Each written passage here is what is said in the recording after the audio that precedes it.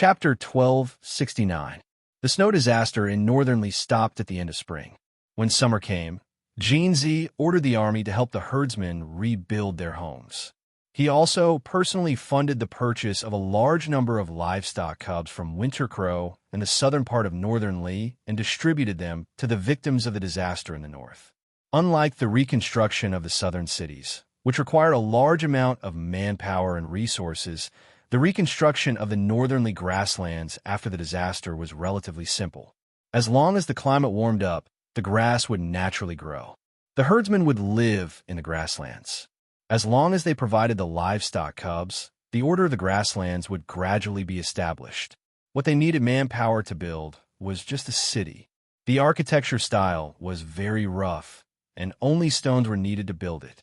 This kind of building was called a stone city, which was a major feature of the Northern Lee grasslands. Therefore, although Northern Lee was a disaster area, it was not surprising that it recovered faster than the other places. Long Fei took this opportunity to greatly reward Jinzi. At the same time, he also urged the reconstruction of the western and central regions. Han Yunqi had already expected the situation in Northern Lee. What she was most curious about was where Jinzi got so much money to buy livestock cubs.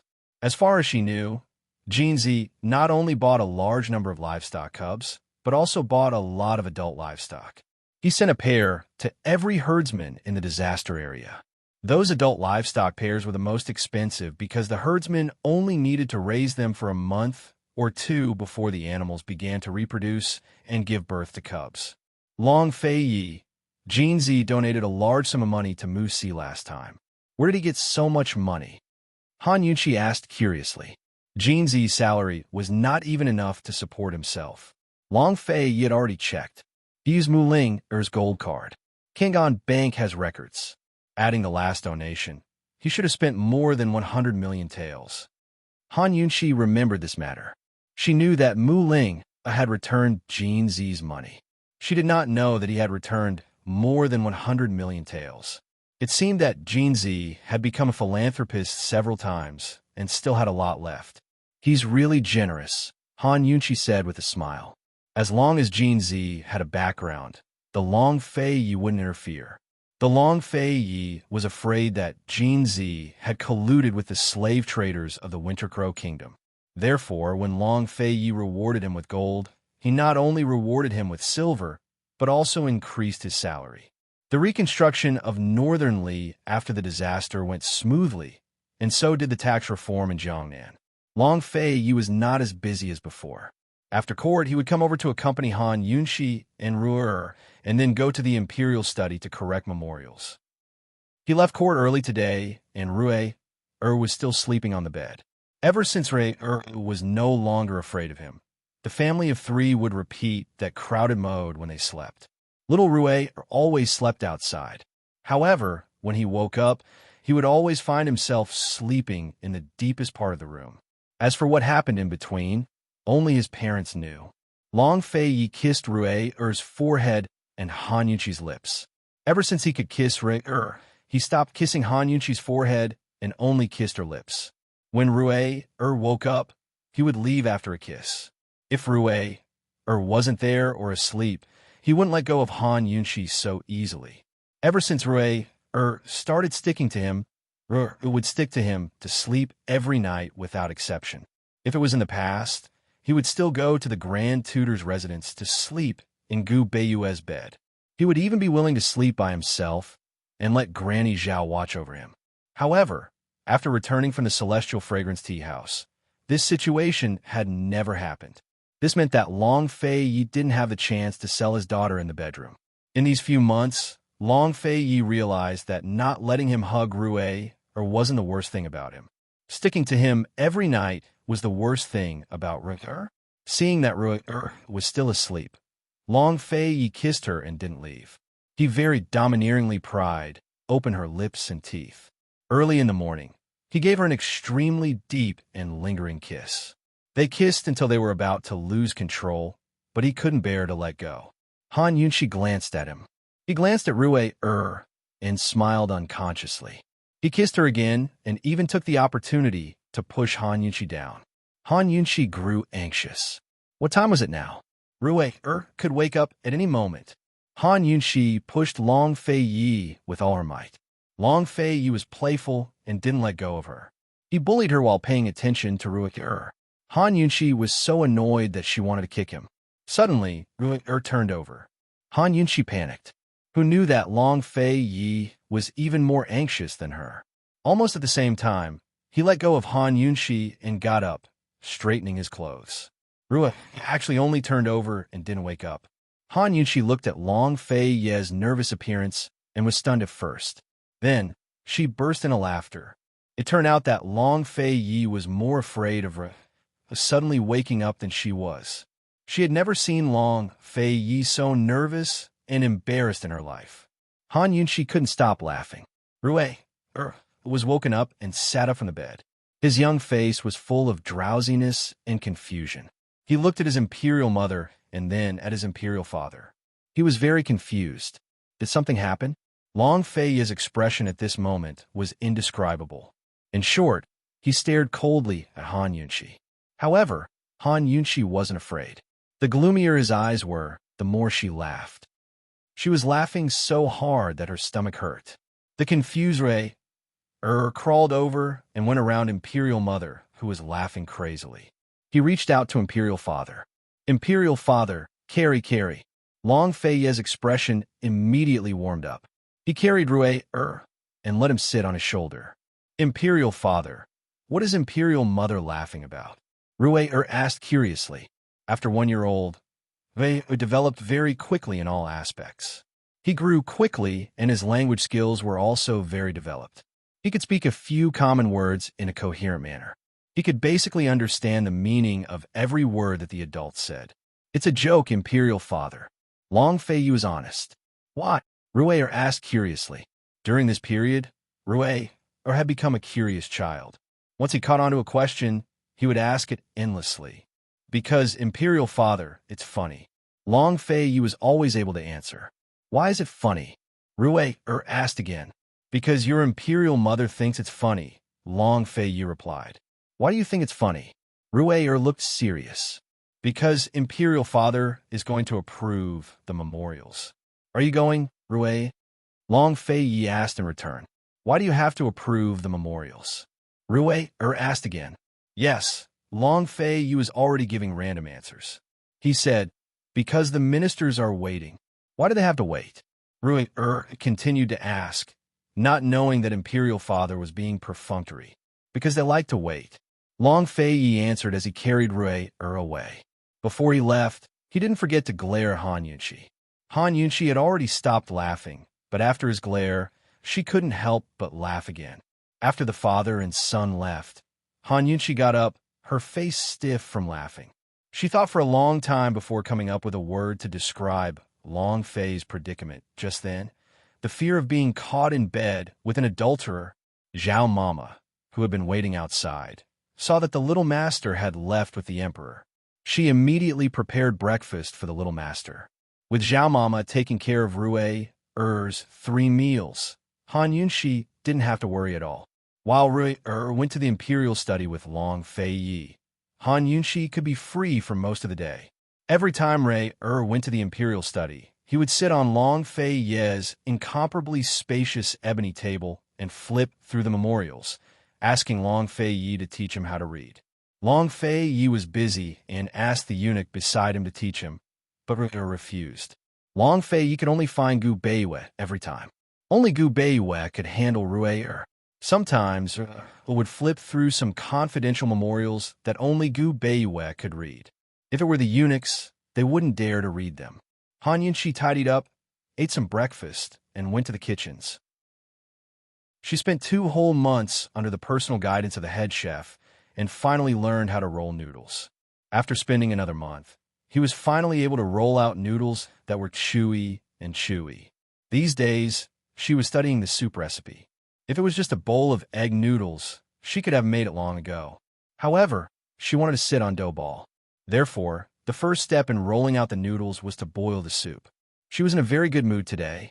The moment she entered the kitchens, she said with a smile, "Good morning, everyone." When the chefs heard her voice, They all knelt down in greeting, their faces more ashen than the next. The head chef sighed in his heart. Here we go again. Chef A complained in his heart. Going to the toilet again. Chef B thought to himself. This time I must get the toilet. In short, the 10 or so chefs appeared to be respectful on the surface, but they were all groaning in their hearts. They would rather eat noodles personally cooked by the emperor than drink soup personally cooked by the empress. Rise, all of you. I'm in a good mood today, so I'll treat you all to soup, Han Yunshi said with a smile. Thank you, Your Majesty, for the reward, everyone said in unison. After rising, they all retreated to the side to lean against the wall. Their expressions were very similar. Mournful. The Empress had already written a recipe yesterday and had all the ingredients prepared, cut, and washed. Everyone's job this morning was to prepare the ingredients and place them on the table. Therefore, everyone knew how the Empress was going to make the soup stock today. Han Yunshi lifted the gauze cover on the table and saw that the ingredients she wanted were all prepared and arranged in an orderly manner. These ingredients were old hen chicken, chicken bones, chicken innards, pigeon, pork bones, pork lean meat, lobster meat, rock sugar, white pepper, longan meat, ginger, and wolfberry. Although there were many ingredients, in summary, there were actually 4. The first was chicken, the second was lobster, the third was pork, and the fourth was condiments. These chefs had all followed Mama Zhao for many years. Of course, they knew how the emperor's old hen and lobster stew tasted. Thus, the empress's recipe made them especially terrified. Han Yunshi quickly boiled the water and put the ingredients into the pot. She knew the taste of old hen and lobster stew better than anyone else. Of course, she had a deep impression of it. However, she was very confident in her recipe today. The old hen and lobster stew that Long Fei Yi had Mama Zhao cook was purely stewing the meat until it was soft. This time, she used the freshness of the lobster to make the soup. Moreover, the other condiments she added could cover up the fishy smell. It wouldn't conflict with the freshness of the chicken and lean meat. Instead, it would bring out the best in each other. She had tried several times in the beginning to adjust the recipe. The most important thing was that as long as the soup was successfully boiled, she could be done once and for all. This soup was a thick soup treasure in the modern era. It was the base of a hot pot and could be used to cook anything delicious. This time, could Han Yunshi succeed? Chapter 1270. Han Yunshi succeeded. She simmered for an entire day and turned a large pot of clear water into a small pot of light yellow soup. It was especially fragrant and delicious. Those chefs were all foodies. They knew how delicious this soup was just by smelling it. They were both surprised and pleasantly surprised. They couldn't wait to taste that soup immediately so that they could study it themselves. After being chefs for so many years, the soup that they made was not as delicious and rich as the soup that Her Majesty the Empress made. Han Yunshi was also mesmerized by the taste of her own soup stock. Looking at the small pot of soup, she almost drooled. She didn't need to taste it to know that it must taste extremely good, but she still had to taste it personally while it was hot. She carefully scooped up a small bowl and drank the first mouthful. She really couldn't help it. TSK, TSK, TSK. The taste is extremely good. Seeing this, the chefs who had been standing for an entire day all looked forward to it. Han Yunshi drank a second mouthful, her face full of enjoyment. The aftertaste is endless. The delicacy of the world. The chefs looked at her expression of incomparable enjoyment and couldn't help but swallow their saliva. Han Yunshi finished the rest of the soup in one gulp and even greedily licked her lips. Turning back to look at the chefs, she said seriously, "It's especially delicious. I'm not lying to you." The chefs all knelt down. Congratulations to Her Majesty the Empress. Congratulations to Her Majesty the Empress for finally making a fresh soup. All rise, Han Yunshi said with a smile. The chefs all stood up and waited for Her Majesty the Empress to bestow the soup. But who knew that Her Majesty the Empress would slam the lid on the pot? She sat at the side and seriously recorded the amount of ingredients used today as well as the heat of the different stages of boiling. So, after successfully simmering, Her Majesty the Empress wouldn't taste the soup with them? At this moment, the chefs who had been hungry for half a day were really about to break down. Their mood was even more gloomy than drinking the soup stock that didn't succeed. After Han Yunshi recorded all the data, she hurriedly took the time to roll a dough. Then, she used the soup stock and some clear water as the soup base. After boiling, she removed the lumps. After a few months of learning, the dough lumps she shaved were very uniform and the size was just right. While the dough balls were cooking, she scooped up some vegetables with water and fried a poached egg at the side. When the dough balls were cooked, she spread the vegetables on top and put the poached egg on top. As a result, this bowl of dough balls looked, smelled, and tasted great. Han Yunshi was the empress of a country, but she smiled happily because she could cook a bowl of dough balls. What kind of happiness was this? This was a woman's exclusive happiness. It had nothing to do with identity, status, or ability. This was the happiness of being able to cook a bowl of noodles for the man she loved. One had to know that no matter how good a cook was, she might not have the opportunity to personally cook a bowl of noodles for her beloved man. Han Yunshi was afraid that the noodles would get cold, so she took the noodles and went out to look for Long Fei Yi. She didn't know how Long Fei Yi convinced but actually went to the Grand Tutor's residence with Gu Beiyue and wouldn't be coming back tonight. When Han Yunshi reached the imperial study, she bumped into Long Fei Yi, who was about to come out. Long Fei Yi immediately smelled the fresh fragrance. His gaze fell on the soup in Han Yunshi's hands, thinking that it was cooked by the chef and that she had personally brought it over. He didn't know that she had been painstakingly learning how to roll noodles and cook the soup stock in the kitchens for the past few months. Long Fei Yi wasn't hungry, so he glanced at the bowl of noodles and didn't think much of it. Han Yunshi was full of anticipation. She deliberately didn't tell him that she had cooked it herself. She put the noodles on the table and said mildly, "Eat it while it's hot." He went to the Grand Tutor's residence. Long Fei Yi's implication was that Rue wouldn't be coming back tonight. If Han Yunshi didn't understand, she would have followed him for nothing. Oh, she sat down lazily at the side and picked up the memorial to read. "Have you laughed enough this morning?" Long Fei Yi asked with interest. Han Yunshi knew that he was going to settle the score. She couldn't help but laugh again and asked, "Your Majesty, do you dare to do it again next time?" It seems that the Empress hasn't laughed enough. Long Fei Yi quickly walked in front of Han Yunshi and looked at her coldly. Han Yunshi wasn't afraid of his gaze. She had seen colder and fiercer people before. She always had a way to make him feel warm in an instant. However, when Long Fei Yi raised his hands, Han Yunshi was shocked. "Long Fei Yi, you're not allowed to." Before she could finish speaking, Long Fei Yi moved his hands, trapping her in the chair and tickling her. The chair was half-curved, the armrests on both sides were very high, and the backrest was even higher. With Long Fei Yi in front, Han Yunshi had no way to escape. She was ticklish. He knew very well where she was most ticklish, so he specifically scratched there. Han Yunshi laughed, begged, shouted, and resisted. "Long Fei Yi, enough, enough. I won't laugh anymore. I won't laugh anymore, huh? Long Fei Yi, I'm begging for mercy. I'm begging for mercy. Let go. Let go. Long Fei Yi, I was wrong. I was wrong. Ah, save me." These cries and shouts made the shadow guards at the door all hide far away. Zhao Mama was about to come over when Su Donglin immediately stopped her. "Zhao Mama, what's the matter?"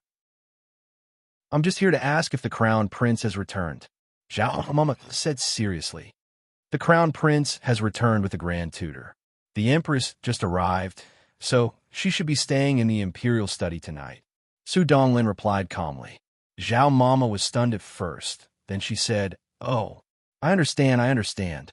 This old servant understands." Thus, Granny Zhao left happily. In the Imperial study, Han Yunshi was already panting as she stood on a chair. She couldn't escape, so she could only stand on the chair so that Long Fei Yi couldn't scratch her armpits. But who knew that Long Fei Yi was too tall and his hands were long? He just had to stand on his tiptoes and reach out to scratch her. When his demonic claws reached out, She was so frightened that she immediately stepped on the table. The moment she stepped on it, Han Yunshi was stunned. She realized that this wasn't an ordinary table, but the table used by the emperor. All the memorials to the throne were on this table. Han Yunshi was about to jump down, but Long Fei suddenly grabbed her leg, forcing her to sit down. "Stop fooling around. Let me down," Han Yunshi said seriously. Long Fei raised his eyebrows and smiled coldly. He pushed Han Yunshi onto the wide table, then leaned down and closed in on her. "Just nice. Jin doesn't want to fool around anymore," he said in a low voice as he placed one hand on her waist. Han Yunshi was shocked. "Long Fei, are you crazy?" Long Fei laughed even more wantonly. "Are you scared? Stop fooling around." She was really anxious. He liked to see her anxious and flustered expression. She had laughed at him in the morning, and now he could laugh back at her. Han Yunshi pushed him. "Get up. You're not allowed to fool around like this." "You said you're scared." Before he could finish, she said, "I'm scared." Long Fei couldn't help but laugh out loud. "Even if you say you're scared, I won't let you off." "You." Han Yunshi was furious. Long Fei immediately lowered his head and locked her lips. The more she struggled, the more impudent he became. He was simply a demon. The two of them tossed and turned from the ebony table to the warm couch. After a few rounds, Han Yunshi's waist was almost broken. After all, after Ray stuck to Long Fei had kept his heart pure for at least 3 months. Now that Rueer wasn't around and he was free, how could he let Han Yunshi off so easily? This scene played out in the solemn and quiet imperial study was extremely ambiguous and indescribable. When Han Yunshi was naked and exhausted on the chaise lounge, Long Fei casually pulled a thin silk blanket from the couch and wrapped her up, then carried her in his arms. "Let's go back to the bedroom, okay?"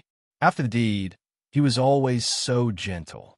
Han Yunshi nodded lazily, but she suddenly thought of the bowl of noodles and almost cried. She had painstakingly cooked a bowl of noodles for him, but who knew that he would eat her up? Han Yunshi comforted herself that it was a blissful thing to be able to cook for the person she loved, but it was even more blissful to be eaten by the person she loved. She asked, "Long Fei, are you still hungry?" Long Fei was very surprised that this woman would ask such a question at this time. In the past, when she was so tired that she didn't want to move, he would always whisper in her ear that he wasn't full. Today, this woman was different. Long Fei smiled naughtily and asked in a low voice, "Do you still want to feed me?" Han Yunshi reached out from the silk blanket and pointed at the cold bowl of noodle soup. "I cooked that myself. Do you want to eat?" As soon as she said this, Long Fei's smile froze on his face. "Do you want to eat?" Han Yunshi asked coquettishly. Long Fei coughed subconsciously and didn't answer. Han Yunshi caressed his face, her little hand drifting down to his chest. "I cooked for a whole day. Do you want to eat?" Upon hearing the words "cooked for a whole day," Long Fei's expression turned even uglier. Han Yunshi's hand teased his chest as she said slowly, "Long Fei, if you don't want to eat, I'll feed you again. Next time I won't feed you." These words had a double meaning and were clearly a threat. Long Fei couldn't stand Han Yunshi's teasing. He took advantage of the situation and pushed her back to the warm couch, holding down her restless hand. His voice was hoarse. "That's enough." Han Yunshi really did withdraw her hand and shoved him aside. "I cooked it for you personally. Are you going to eat it or not? Give me a straight answer." Although he had smelled the fragrance earlier, he was still terrified that Han Yunshi had cooked it. "Forget it if you don't want to eat." Han Yunshi was angry and wanted to get off the couch barefooted. Long Fei held her back. He didn't say much to her and personally carried the noodles to the outer room. He called Su Donglin to heat it up. Han Yunshi smiled happily. She couldn't help but wrap her arms around Long Fei from behind and lean on his strong back. "Long Fei, I'll cook noodles for you every day in the future, okay?" Long Fei didn't answer. She didn't pursue the matter and continued to laugh foolishly. After a while, Su Donglin brought the heated noodles over. Although the vegetables and poached eggs had been overturned and didn't look good, the broth was still fragrant. Long Fei took a whiff and picked some dough lumps to take a look. Only then did he realize that this bowl of noodles seemed to be pretty good. When Han Yunshi brought the bowl over, he hadn't even spared a glance. Now he couldn't help but wonder if Su Donglin had switched the bowl for a different one. Try it. Quick! Han Yunshi was full of anticipation. Chapter 1271. The aroma of the steaming hot dough balls made Long Fei Yi suspect that Su Donglin had changed a bowl of noodles for him. However, Han Yunshi was very close. She looked at the bowl of noodles and urged Long Fei Yi, making him very hesitant. Han Yunshi should be able to recognize the noodles that he had cooked. He, who is usually decisive, was holding a bowl of noodles and hesitating. Han Yunshi kicked him lightly. Are you going to eat it or not? If you don't eat it, then don't eat it forever. Long Fei Yi had no choice but to drink a mouthful of soup first. Just one mouthful. His conflicted expression immediately changed, and he looked at Han Yunshi in disbelief. Han Yunshi looked at him as well, her face full of anticipation and nervousness. Long Fei Yi didn't say anything. He drank another mouthful and then gently licked his lips as if he was savoring it carefully. Han Yunshi stared at his lips, looking forward to it. Long Fei Yi looked back as if he wanted to say something. Han Yunshi's heart was hanging in midair, but Long Fei Yi didn't say anything. He turned back and continued. This time, he didn't just drink the noodles in small mouthfuls. He started to eat heartily. Han Yunshi was dumbfounded. She had known Long Fei Yi for so long.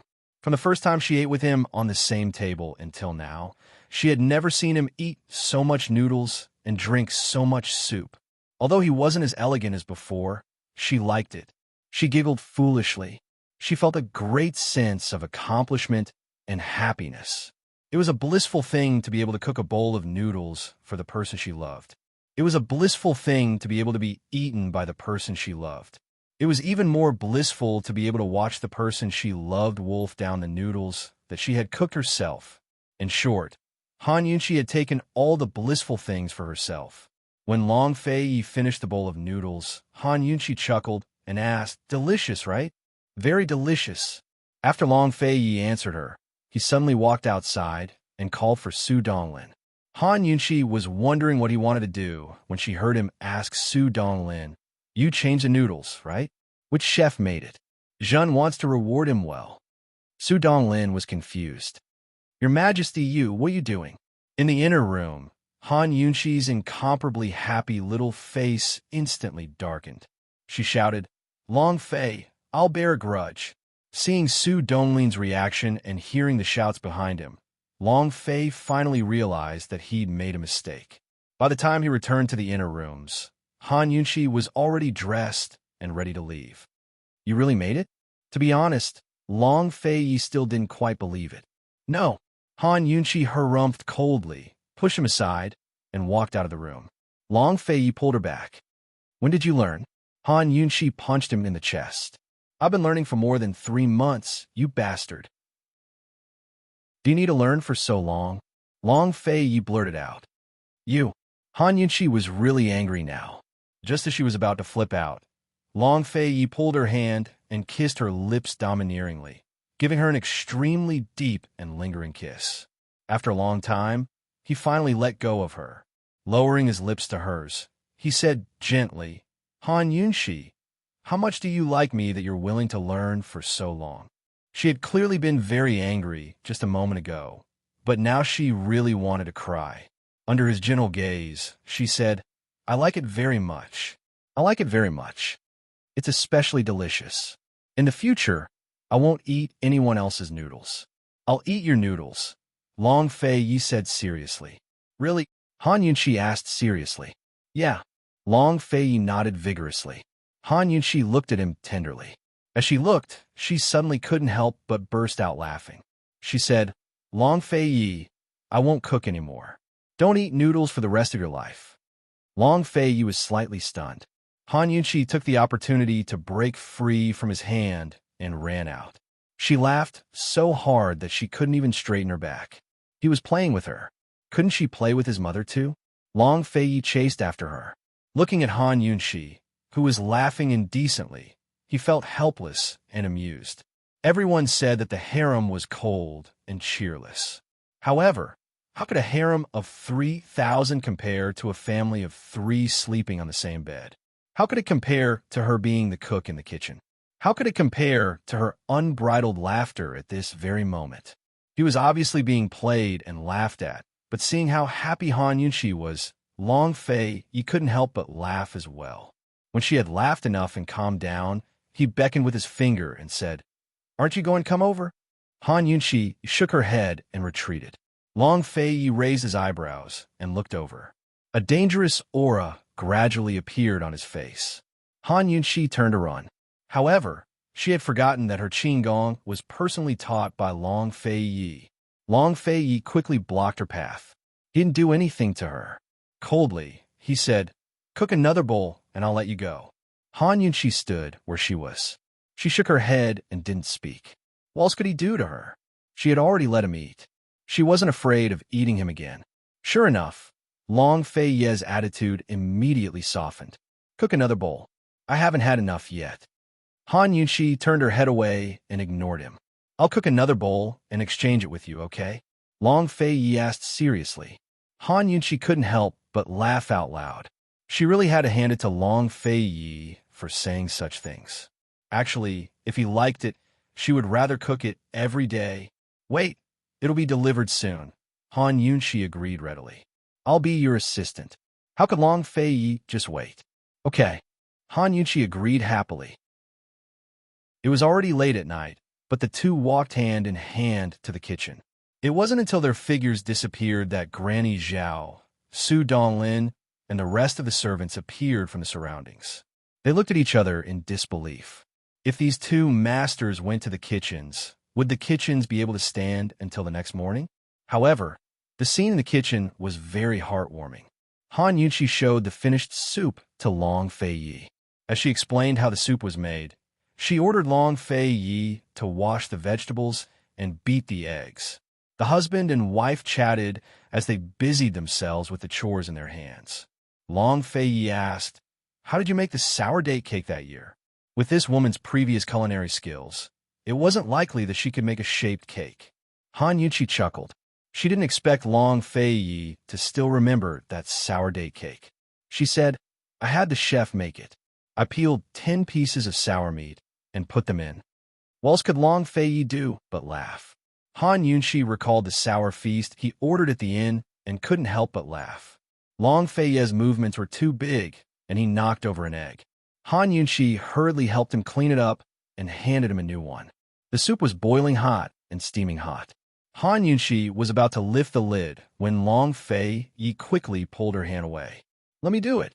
The dough was boiling in a pot. The poached eggs and vegetables were ready. The husband and wife stood side by side in front of the stove and waited. If one person went to the imperial court and worked in the kitchen, it wasn't a big deal. However, if two people went to the imperial court and worked in the kitchen together, it was rare. At least, it was unprecedented.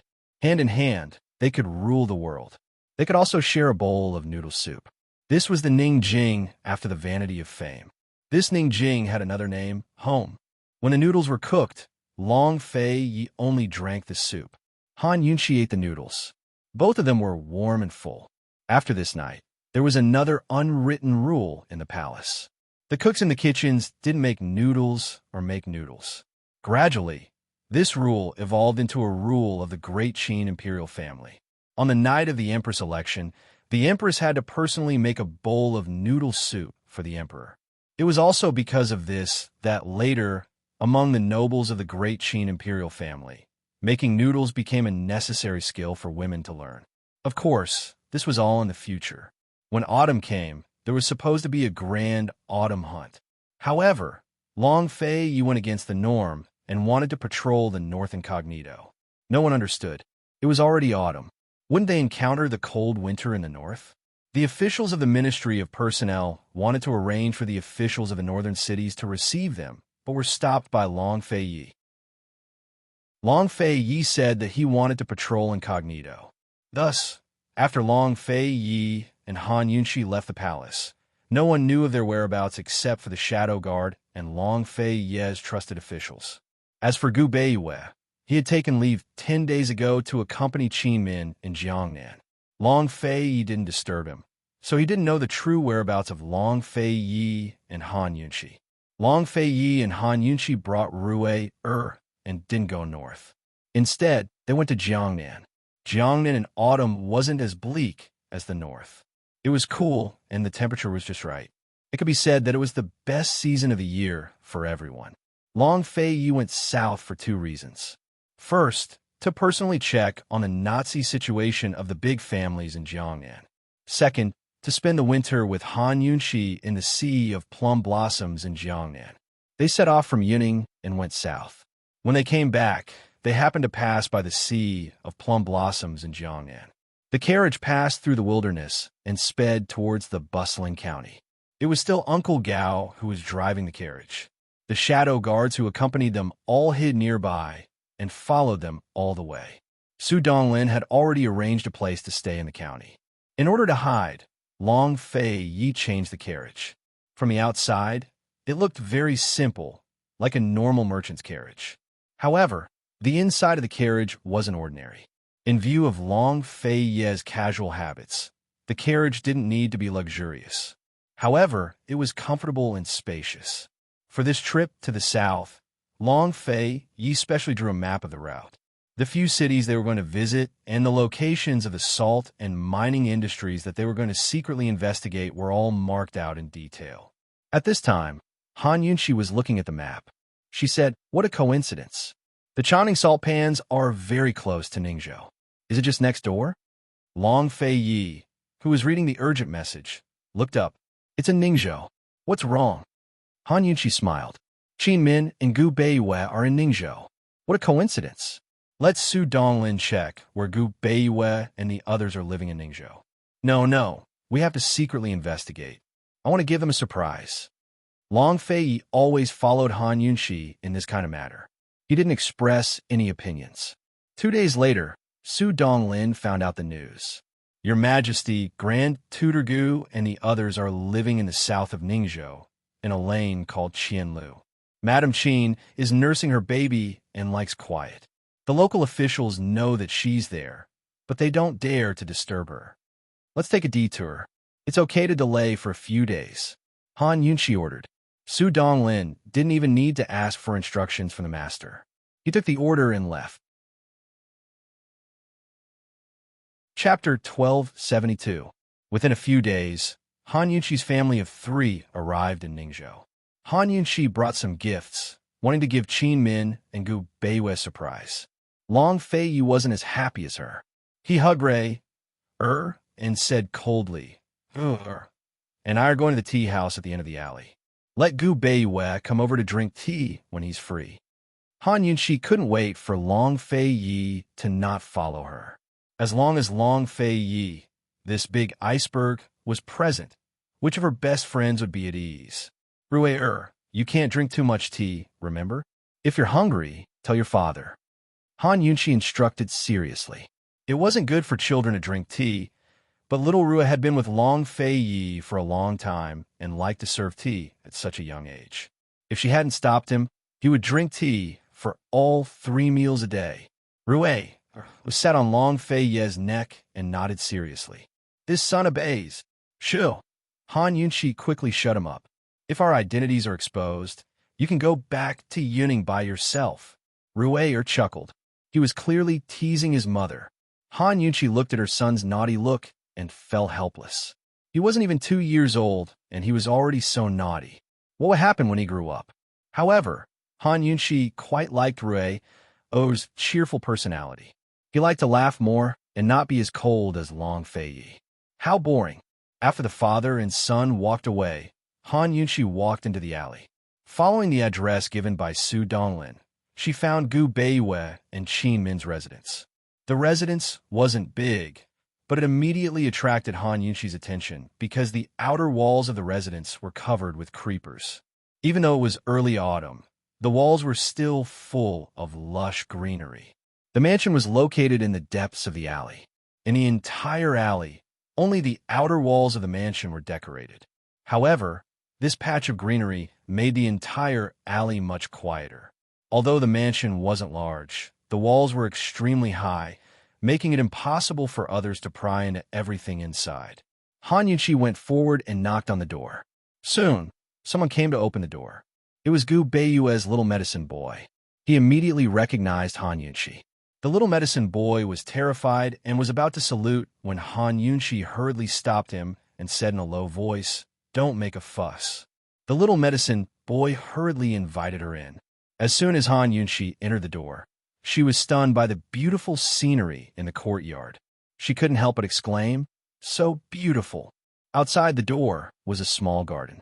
The ground was covered with cobblestones of different colors. A large patch of forsythia was planted in the courtyard. Each stalk was about half the height of a person. The branches were spread out like an umbrella, and it would take 2 or 3 people to wrap their arms around it. Every stalk of forsythia was golden yellow and bright and beautiful. Every forsythia was blooming beautifully, and they were huge and delicate. As far as the eye could see, the entire courtyard was surrounded by clusters of golden yellow. Han Yunqi couldn't help but walk into the cluster of flowers. Smelling the unique medicinal fragrance of forsythia, it was as if she was in a sea of flowers. Forsythia was a medicinal herb. It usually bloomed in spring, but there were also some that bloomed in autumn and winter. Ever since Han Yunqi started dealing with medicinal herbs, she had often encountered forsythia flowers. This was because forsythia flowers were commonly used in detoxification, clearing away heat and detoxifying, and reducing swelling and dispersing clumps. However, this was the first time Han Yunqi had seen someone who could plant forsythia flowers into a landscape, and it was so beautiful. Was this planted by Qin Min or Gu Beiyue? Han Yunqi asked with a smile. Back in Medical City, the day before Gu Beiyue married Qin Min, the wedding room hadn't been decorated yet. It was Mu Ling'er who helped decorate it. Mu Ling'er asked Gu Beiyue what flower Qin Min liked, and Gu Beiyue said it was forsythia. Han Yunqi also knew that Qin Min liked forsythia flowers at that time. It was planted by Madame. Of course, the little medicine boy knew the secret between his master and Madame, but he didn't hide this question. Isn't Madame taking care of the fetus? She still has the strength to take care of these flowers and plants? Han Yunqi asked suspiciously. Madame instructed the servants to plant them. The little medicine boy quickly explained. Han Yunqi didn't pursue the matter. She asked in a low voice, "Where are the 2 of them? Which room are they in?" The little medicine boy was inwardly anxious. His master had just returned in the morning and couldn't find Madame and Xiaoyao, so he had personally gone out to search for them. Who knew that the Empress, who was supposed to be patrolling the north, would actually appear here? What if the Empress discovered the truth? What should he do then? Master and Madame have both gone out. Her Majesty the Empress, please come in and have a seat. This little one will go and find them now. The little medicine boy had been by Gu Beiyue's side for a long time and was rather quick-witted. Han Yunqi didn't think much of it. After all, she was very assured of Gu Beiyue's safety. Go and find them. I'll walk around the courtyard, Han Yunqi said.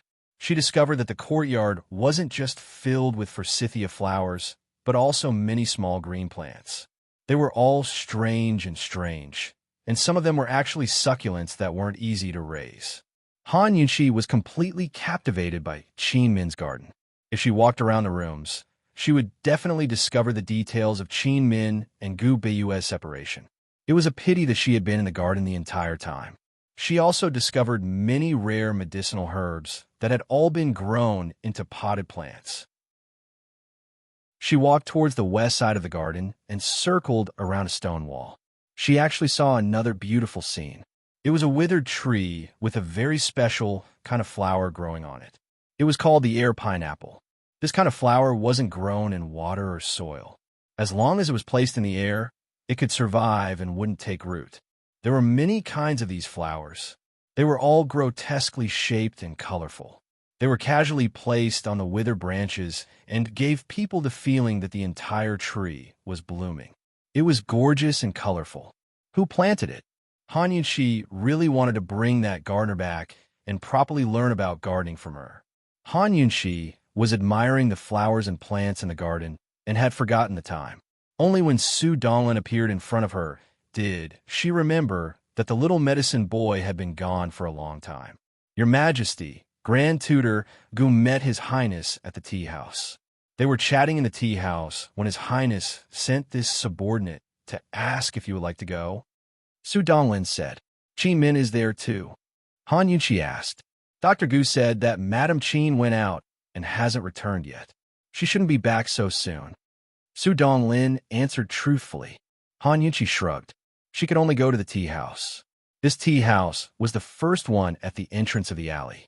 It was 2 stories high, with one side facing the street and the other facing the alley. Long Fei Yi chose a seat on the 2nd floor near the alley entrance. He sat by the window and could see everyone entering and leaving the alley. When Han Yunqi came over, Rue was eating pastries.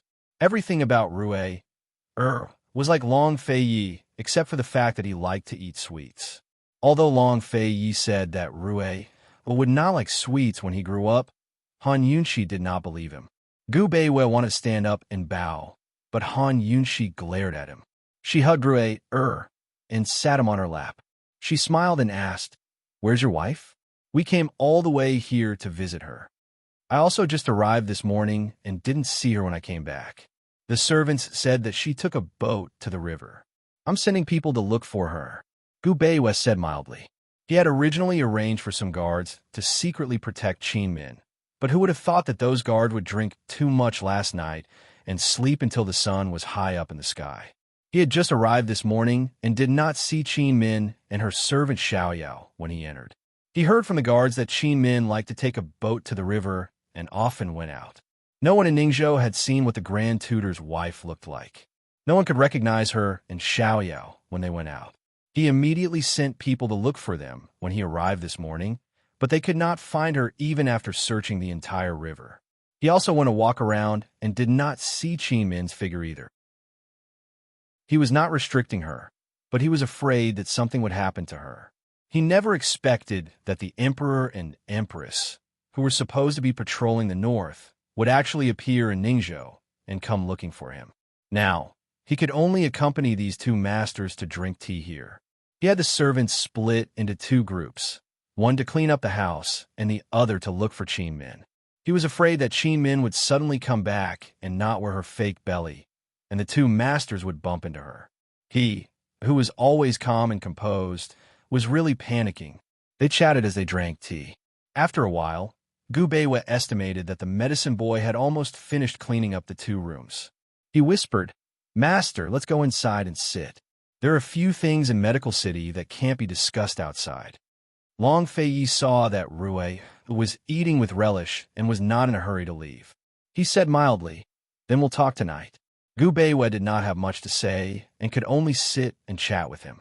At this time, Qin Min and Xiaoyao were actually sitting at a tea table not far from them.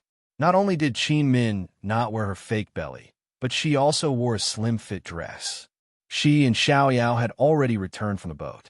She knew that Gu Beiwei would be back in a few days, so she specially went to buy some ingredients and prepared to personally make a few pastries for him to try. Who knew that as soon as she arrived at the port, she would see Han Yunqi and her family of 3 standing at the entrance of the alley. She was shocked, and her first reaction was to hide in this tea house. She felt that it was not safe to hide on the 1st floor, so she deliberately ran to the 2nd floor. But who knew that when she looked down for the 2nd floor, she would see Han Yunqi walking alone into the alley while Long Fei carried Rue into the tea house. At that moment, Qin Min really had the thought of jumping off the building. Although Long Fei Yi had only seen her once or twice, she absolutely did not dare to take any chances and challenge Long Fei Yi's judgment. She could only find a secluded place and sit down. She sat down until now. Gu Beiwei and Han Yunqi arrived. Madam, let's sneak down from there. They won't see us. They're talking about something. Xiaoyao could not help but whisper. The Emperor always brings the shadow guard with him when he goes out. If we're seen now, how am I going to explain it to the dean? Qin Min asked.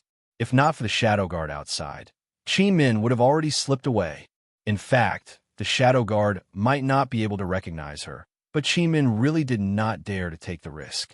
It did not matter if she was exposed, but she could not harm Gu Beiwei. Gu Beiwei had gone through so much trouble to pretend to marry her. What if she was exposed? What would she do? although she still did not understand why he had to raise a child. Since she had chosen to be his wife in name, she should cooperate with him. Qi Min was extremely vexed. She only had one path now, and that was to wait. She could only leave after Han Yunxi and the rest left. Unfortunately, things did not go as she wished. Not long after, a hedonistic young master sat in front of her. "Miss, what's your surname?" The young master smiled lewdly. Chapter 1273. Qi Min's world completely darkened as she looked at the fierce-looking silk pants in front of her. She pulled a long face and puffed up her cheeks, suppressing her depression and anger. She didn't answer the silk pants. The silk pants was very patient, smiling until his small eyes narrowed into a straight line. "Miss, what's your name?" Qi Min finally couldn't hold it in any longer. "Fuck your name." Her voice was low and angry, completely at odds with her beautiful and generous face. The silk pants was instantly stunned, his face full of astonishment. He almost came back to his senses. He never thought that such a beautiful woman would actually swear. Beautiful and fierce, soft on the outside but hard on the inside. This kind of woman was simply too challenging. The silk pants immediately sat beside Qi Min, purposely squeezing her in a vulgar manner. Qi Min was so disgusted that goosebumps appeared all over her body. She hurriedly avoided him. However, the silk pants actually got closer and purposely bumped into her. Qi Min couldn't help but stand up. Seeing that the silk pants was about to come over again, Xiaoyao hurriedly blocked him. Miss was as pure as ice and as pure as jade. How could she be bullied like this? Xiaoyao wished she could call the son-in-law over, but she didn't dare and couldn't. Seeing that the son-in-law and the others were still chatting and didn't seem to have heard the commotion here, her heart was filled with hatred. She gave her miss, who didn't know what to do, an idea. She whispered, "Miss, since there's no way out either way, why don't we take a gamble? We'll take this opportunity to run downstairs. This servant will cover you." At this time, the silk pants walked to Qi Min's other side with a lewd smile and asked, "Little lady, don't hide. Do you know who I am?" Qi Min actually already had plans to take a gamble. She didn't want to argue with the silk pants and quietly avoided him. Just as the silk pants was about to approach again, Qi Min exchanged glances with Xiaoyao. The master and servant immediately ran towards the stairs. Who knew that the silk pants actually brought people along? A few servants immediately went up to block the stairs. "Hee, little lady, you're someone this young master has his eyes on. Even if you leave this tea house, you won't be able to escape Ningzhou City." The silk pants laughed endlessly. Qi Min stopped in her tracks, and her mind went blank for a moment. She had no time to think about the hedonistic young master behind her. Her thoughts were all on Gu Beiyue and the others, but she didn't dare to look in their direction. She only knew that at this moment, most of the people on the second floor must be looking at them. What to do? Qi Min did not move. She lowered her head and looked at her stomach. She really wanted to cry. How she wished that this was just a dream. When she woke up, she was still in her little room, and Gu Beiyue had not returned. "Qi Min. It really is you." Han Yunqi's voice was heard immediately. Qi Min closed her eyes in despair. She really wanted to see Gu Beiyue's expression, but she didn't dare to look. "I don't dare to look." Han Yunqi looked at Qi Min's stomach, and then at Gu Beiyue. She was at a loss. What was going on? Gu Beiyue's back was facing Qi Min and the others, so he didn't notice. However, when that hedonistic young master sat over, Han Yunqi noticed. She was chatting with Long Fei Yi and Gu Beiyue while paying attention. She felt that the lady looked like Qi Min, but she wasn't sure. Now that she took a closer look, it really was her. "Qi Min, you..." Han Yunqi was very surprised and didn't know how to ask. Qi Min should be about to give birth now. Where's her stomach? Where's the child? Qi Min finally mustered up the courage to look over. She saw that Han Yunqi, Long Fei Yi, and Gu Beiyue were all looking at her. They were all looking at her stomach. Only little Rui was still chewing slowly and tasting the tea and pastries. Qi Min wanted to cry, but no tears came out. Anxiety, guilt, depression, and anger all rushed to her heart. However, When she met Gu Beiyue's cold and angry eyes, her heart suddenly felt stifled. All her emotions were gone, leaving only discomfort, especially discomfort. He was always as gentle as jade, and his eyes were gentle. She had known him for so long, but she had never seen any negative emotions or colors in his eyes. He was angry, very, very angry. What should she do? Chi Min was a little afraid. She was full of guilt and silently lowered her head, not daring to look into his eyes. She also didn't want to explain. A mistake was a mistake, and there was nothing to explain. No one made a sound. Gu Beiyue kept looking at Chi Min and didn't say anything for a long time. Time seemed to have stopped at this moment, but that hedonistic young master was still arrogant. He glanced at Han Yunxi and the others, feeling a little suspicious. This group of people looked rich and noble, but they weren't from Ningzhou City. They must be influential people from other places. Ningzhou City was high, and the emperor was far away. He really wasn't afraid of outsiders. He swaggered towards Qin Min and said with a smile, "Little lady, you're called Qin Min? What a nice name." Qin Min lowered her head. While feeling guilty, she was also thinking hard about how to help Gu Beiyue cover up this lie. However, she really couldn't calm down in this situation. Once she didn't calm down, she couldn't think of a good idea.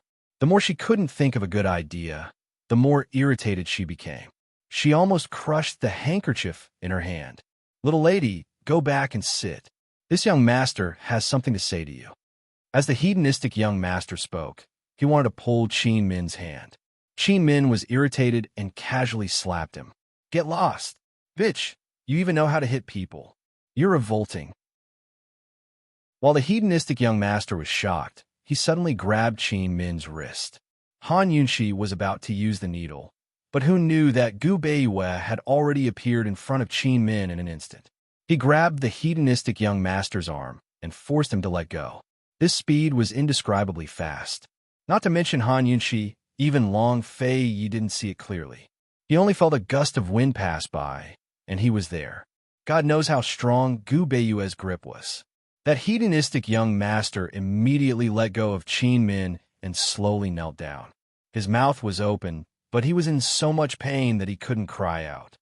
"She's not a little lady. She's this one's wife." He was tortured to the point that he couldn't cry out.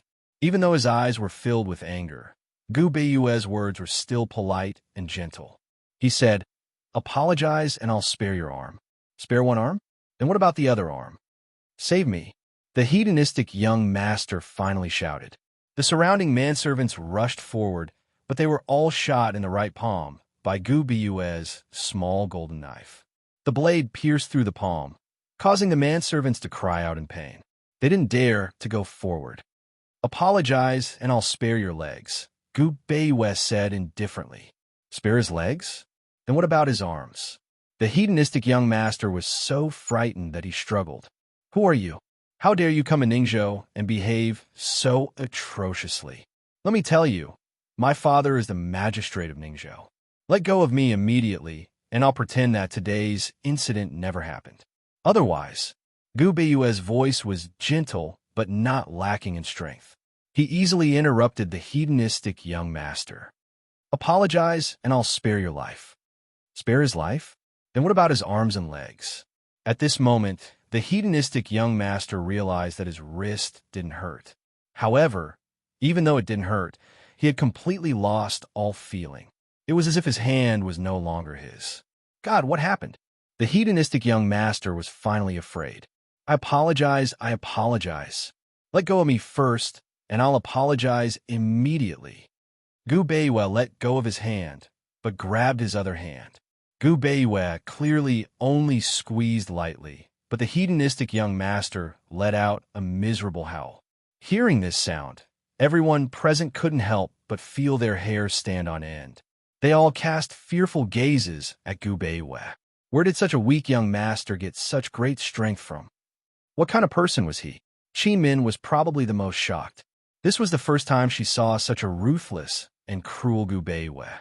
She never knew that he, who was as gentle as the spring breeze in April, could be so decisive and cruel when he was ruthless. She realized that she really couldn't understand the man in front of her, even though they were so close. Not only did Gu Beiwa dislocate the hedonistic young master's arms, he also dislocated his legs. He also pinched his ankles. His movements were gentle, as if he was a doctor, but it made the hedonistic young master scream incessantly. He was in so much pain that he almost fainted. It was also Han Yunqi's first time seeing such a ruthless side of Gu Beiwa. She realized that she really didn't understand him. She originally wanted to go over and teach that hedonistic scumbag a lesson, but seeing this, she relaxed and sat back down. She laughed softly and said, "Look, our Grand Tutor Gu is really angry. Only Qin Min can make him this angry." Long Fei Yi drank his tea without saying anything. He was more curious about what was going on with Qin Min's stomach. Gu Beiwa had also just arrived today, so he didn't seem to know about Qin Min's stomach. The hedonistic young master's arms and legs were crippled, so he lay on the ground, unable to move. However, Gu Beiwa was still stubborn. He stepped on the hedonistic young master's back and asked calmly, "Do you want to apologize?" I was wrong. The hedonistic young master cried in pain. "Madam Qin Min, I was wrong." Only then did Gu Beiwa let go of his foot. A few manservants hurriedly came over to pull him away, only daring to help him up after dragging him far away. The hedonistic young master was extremely unwilling. He was about to be helped down the stairs when he ordered them to stop. He angrily said to Gu Beiwa, "Yeah? Who are you? Do you dare to tell me your name?" Gu Beiwa looked back, his tone so indifferent that it sent chills down one's spine. He said, "If you can't find a doctor to set your bones, you can find me at Medical City. My name is Gu Beiwa." The moment he said this, the hedonistic young master was instantly dumbfounded. Gu Beiwa, the renowned dean of the medical academy, the head of the Great Qin Imperial Medical Academy, the grand tutor of the Great Qin Empire, and the emperor's most trusted aide, Gu Beiwa. Not to mention the hedonistic young master. Even the manservants supporting him were dumbfounded. Their hands went limp, and the hedonistic young master fell to the ground, falling backward and rolling down the stairs. The manservants all ran down, not just to escape, but to chase after him to save him. This wasn't the worst part. The worst part was that the hedonistic young master's hands and feet would never be healed. Naturally, Gu Beiwa had done something to remove them. Of all the doctors in the world, except for him, no one had the ability to set the hedonistic young master's bones back together. Little Ray had unknowingly looked up to watch the show. When he saw the hedonistic young master rolling down the stairs, he suddenly burst out laughing. Han Yunqi hurriedly covered his mouth and whispered, "Shoo, the Grand Tutor is angry. Don't laugh." Gu Beiwa turned to face Qin Min, his back facing Long Fei Yi and Han Yunqi. His tall body completely blocked Qin Min's body, and Han Yunqi and the rest couldn't see her. Chapter 1274. Qin Min thought Gu Beiwa had lost his mind from anger, but she discovered that when Gu Beiwa's gaze landed on her, he had already recovered his usual calmness and composure. It had to be mentioned that Qin Min was rather stunned. She returned to her senses immediately. He did not blame her like she had imagined, nor did he question her. Gu Beiwa said softly, "Loafers are truly despicable. First, Miss Qin, you weren't frightened, were you?" He was so gentle and so calm, as if he could easily smooth over all the winds and waves, but no one could truly stir up the winds and waves in the lake in his heart. He was a warm person on the outside, but his heart was especially cold. He was so cold that he kept everyone at arm's length. No one could truly enter his heart and see the most genuine him. Qin Min wanted to cry a lot from his concern, but his politeness and calmness made her heart clench up. However, she ignored it very soon, as there was something even more important waiting for her. She gently stroked her extremely flat belly and said softly, "It's exposed. It's fine. Don't say anything. Let me." As Gu Beiwa said that, he wrapped his arm around her shoulder gently. Qin Min gritted her teeth. She was filled with resentment, but she suddenly hugged him and began to sob. "Beiwa, I was wrong. Please forgive me. I really know I was wrong." She did not know when the emperor and empress had arrived in Ning Province City, but she was certain that Gu Beiwe had only arrived today. She had vaguely heard their conversation earlier. The Empress seemed to have failed to find her at home, while he was looking for her too. As a result, it was very difficult for him to find a reason to explain the fake pregnancy. The smartest thing he could do was push all the blame onto her and pretend he knew nothing. Otherwise, with how smart the two masters were, they would definitely suspect something. As soon as Qin Min spoke, Gu Beiwe guessed what she wanted to do. He was not particularly surprised by her fake embrace. Actually, he originally had a way to explain it, but she beat him to it. In his impression, First Miss Qin was a reserved, cautious, and well-behaved woman. She did not seem like an impulsive person. She had already yelled it out. So what could he do? He could only cooperate. Otherwise, he really wouldn't be able to hide from the two pairs of eyes behind him. Qin Min hugged Gu Beiwe gently, not daring to hug him too tightly. She turned her head and stole a glance at Long Fei Yi and Han Yunqi. Seeing that they were all looking at her, she hardened her heart and hugged Gu Beiwe tightly, throwing herself into his embrace. In that instant, Gu Beiwe's body froze. There had never been a woman who was so close to him, so close to him. It was as if she had filled up his empty arms in an instant. Gu Beiwe had an indescribable feeling. He, who had always been calm and collected, was not only uncomfortable, but also at a loss. It had to be said that Qin Min's heart almost stopped beating after she hugged him tightly. She just wanted to make the show more realistic. She didn't mean anything else.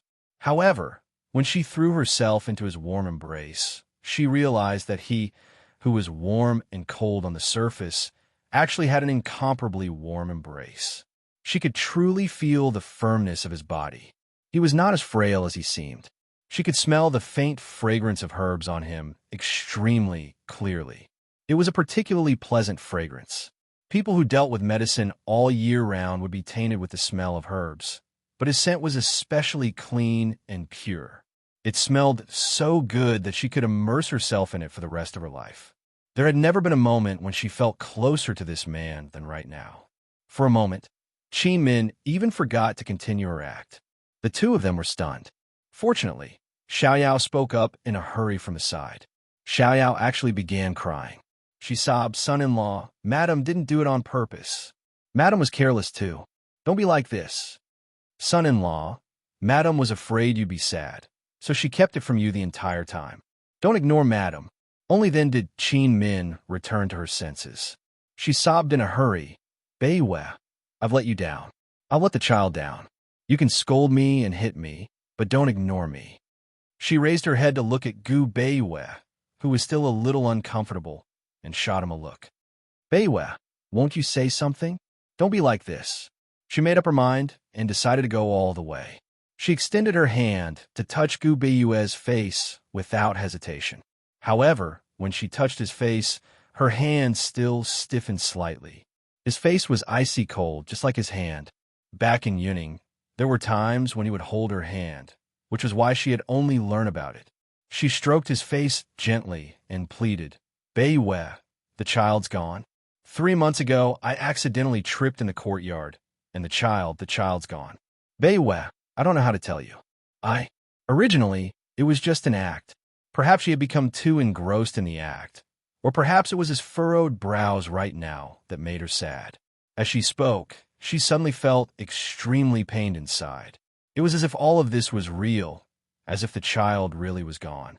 However, all of this was real too. Principal Beiwe, our child can't be born anymore.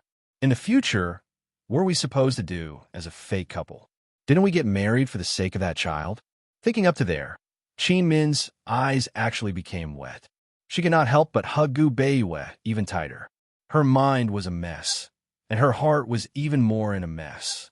She had no idea what was wrong with her, but she just could not control her emotions. Perhaps she had become too engrossed in the act, or the act had always been real. "Beiwe, the child's gone. Do you still want me? Beiwe, say something. You can scold me and blame me, but don't be so calm, all right?" Gu Beiwe's ability to adapt was extremely great. No matter how sudden something happened, he could make the best judgment in the shortest amount of time possible, as well as react in the most correct way. However, this time, Qin Min had been acting alone for a very long time before he finally returned to his senses. Fortunately, all he left to Long Fei Yi and Han Yunxi was his back. Who could accept the loss of their child so quickly? Who wouldn't be angry or sad? Long Fei Yi stared at Gu Beiyue's back and furrowed his brows slightly, but he looked out the window very soon. He said nothing more. Han Yunxi remembered that she had even asked Gu Beiyue a few months ago why Qin Min still had not returned after winter had passed. She remembered Gu Beiyue's answer was that Qin Min liked the climate and scenery of Jiangnan, so she was too lazy to move. She could not run around with a big belly. Qin Min had lost her child 3 months ago. She must have found an excuse to stay behind because she was afraid to tell him about her miscarriage. How did she hide something so major from Gu Beiyue? It was not like Gu Beiyue was such a reasonable person. It was not like he would blame her.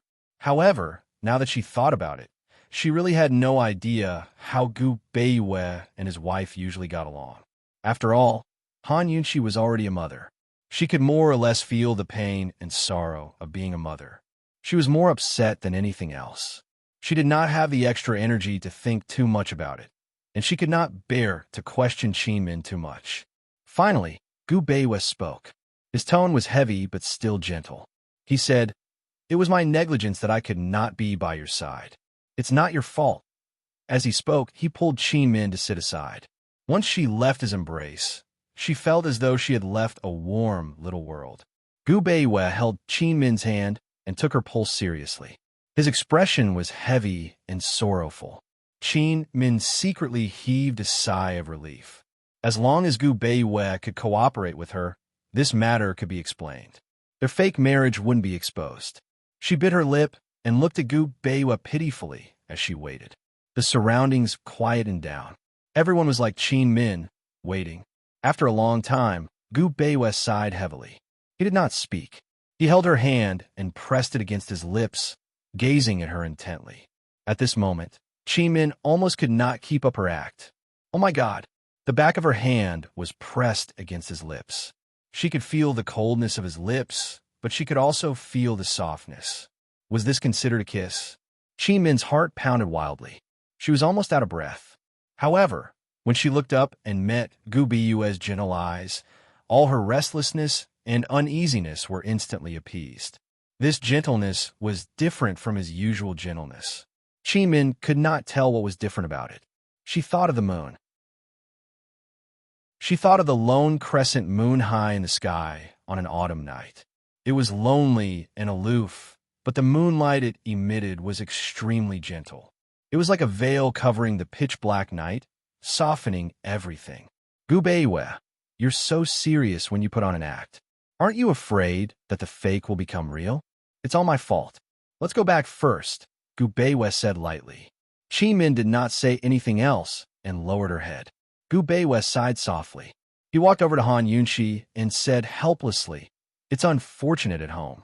I'll bring my wife back first. You two masters can have a good chat." Unlike Tang Li and Ning Jing, Gu Beiyue did not like to talk about his personal and family matters. Qin Min did not interact much with them either. Long Fei Yi never asked too much. Although Han Yunxi liked Qin Min, she knew Gu Beiyue's character and did not ask too much about his privacy. In this kind of situation, Long Fei Yi and Han Yunxi naturally did not say much. After all, this matter was too sudden for Gu Beiyue. The husband and wife probably had a lot to talk about. Even if Han Yunxi and Long Fei Yi were curious about something, they had to wait for the other party to calm down first before asking about it. You can go back first. I've already made arrangements for tonight. I'll look for you tomorrow, Long Fei Yi said lightly. Qin Min lowered her head and stood there like a child who had done something wrong. Han Yunxi looked at her and felt that there was an indescribable sense of loneliness around Qin Min. Even she herself could not understand it. After Long Fei Yi said that, Gu Beiyue's anxious heart finally settled down. He quickly left with Qin Min and went home. The alley was close to home. Gu Beiyue walked with Qin Min in his arms. Both of them were silent. Xiao Yao followed behind them. She could not help but stare blankly at the backs of her two masters. If this scene of them supporting each other the entire way was real, how wonderful would that be? During the months when a young miss lived alone in Jiangnan, She planted flowers, studied pastries, practiced acupuncture, and occasionally wrote lyrics and choreographed dances. The young miss lived a lively and fulfilling life on her own. However, as a bystander, she felt her heart ache. The young miss was so young, but why did she live her days like a hermit? She had almost lost her 7 emotions and 6 desires. If the young master was here, the young miss liveliness would have an extra touch of human life, an extra touch of gentleness. They returned to the residence and closed the door. Gu Beiyue immediately let go, while Qin Min let out a huge sigh of relief. She immediately apologized. Dean Beiyue, I'm sorry. It's my fault. Chapter 1275. Qin Min lowered her head and apologized, like a little girl who had committed a grave mistake and was awaiting punishment. Seeing her pitiful appearance, Gu Beiyue wanted to comfort her, but for some reason, he started joking. He asked, "What did you do wrong? You shouldn't have run around," Qin Min said, then immediately corrected herself. "You shouldn't have left without the ball." Ball? Gu Beiyue was puzzled. "A fake stomach," Xiaoyao hurriedly explained. "Young master, the ball is a fake stomach." Gu Beiyue couldn't help but laugh. He asked again, "Why didn't you bring it?" Before Qin Min could answer, Xiaoyao beat her to it. "It's heavy. Young master, why don't you try tying a big ball to you and running around? It's inconvenient to stand or sit. It'll hurt your waist too. You even have to pretend to be pregnant and be careful. Is that uncomfortable?" Qin Min shot a sideways glance at Xiaoyao, warning her to shut up. Xiaoyao pretended not to notice. What could escape Gu Beiyue's eyes? Gu Beiyue saw this and asked again, "Where did you go?" "We came back from the cruise and went to buy some things," Qin Min answered honestly. Xiaoyao was anxious and immediately added, "Young master, Madam wanted to make pastries for you, so she went to buy some beans. If she hadn't gone to buy those beans, we would have come back long ago and wouldn't have bumped into His Majesty and Her Majesty." Qin Min secretly glared at her again, but Xiaoyao pretended not to notice. "Did you know they were coming?" Gu Beiyue asked again.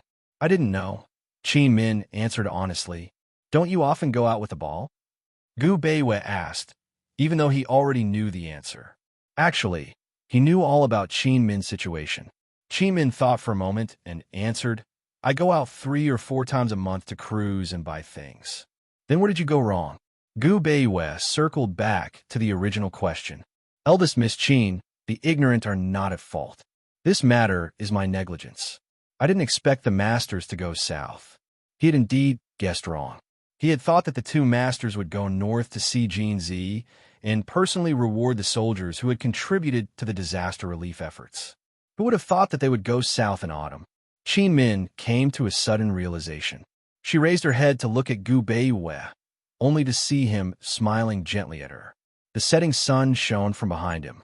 For a moment, Qin Min couldn't tell if he was too gentle or if the autumn sun was too gentle. In short, her heart was warmed.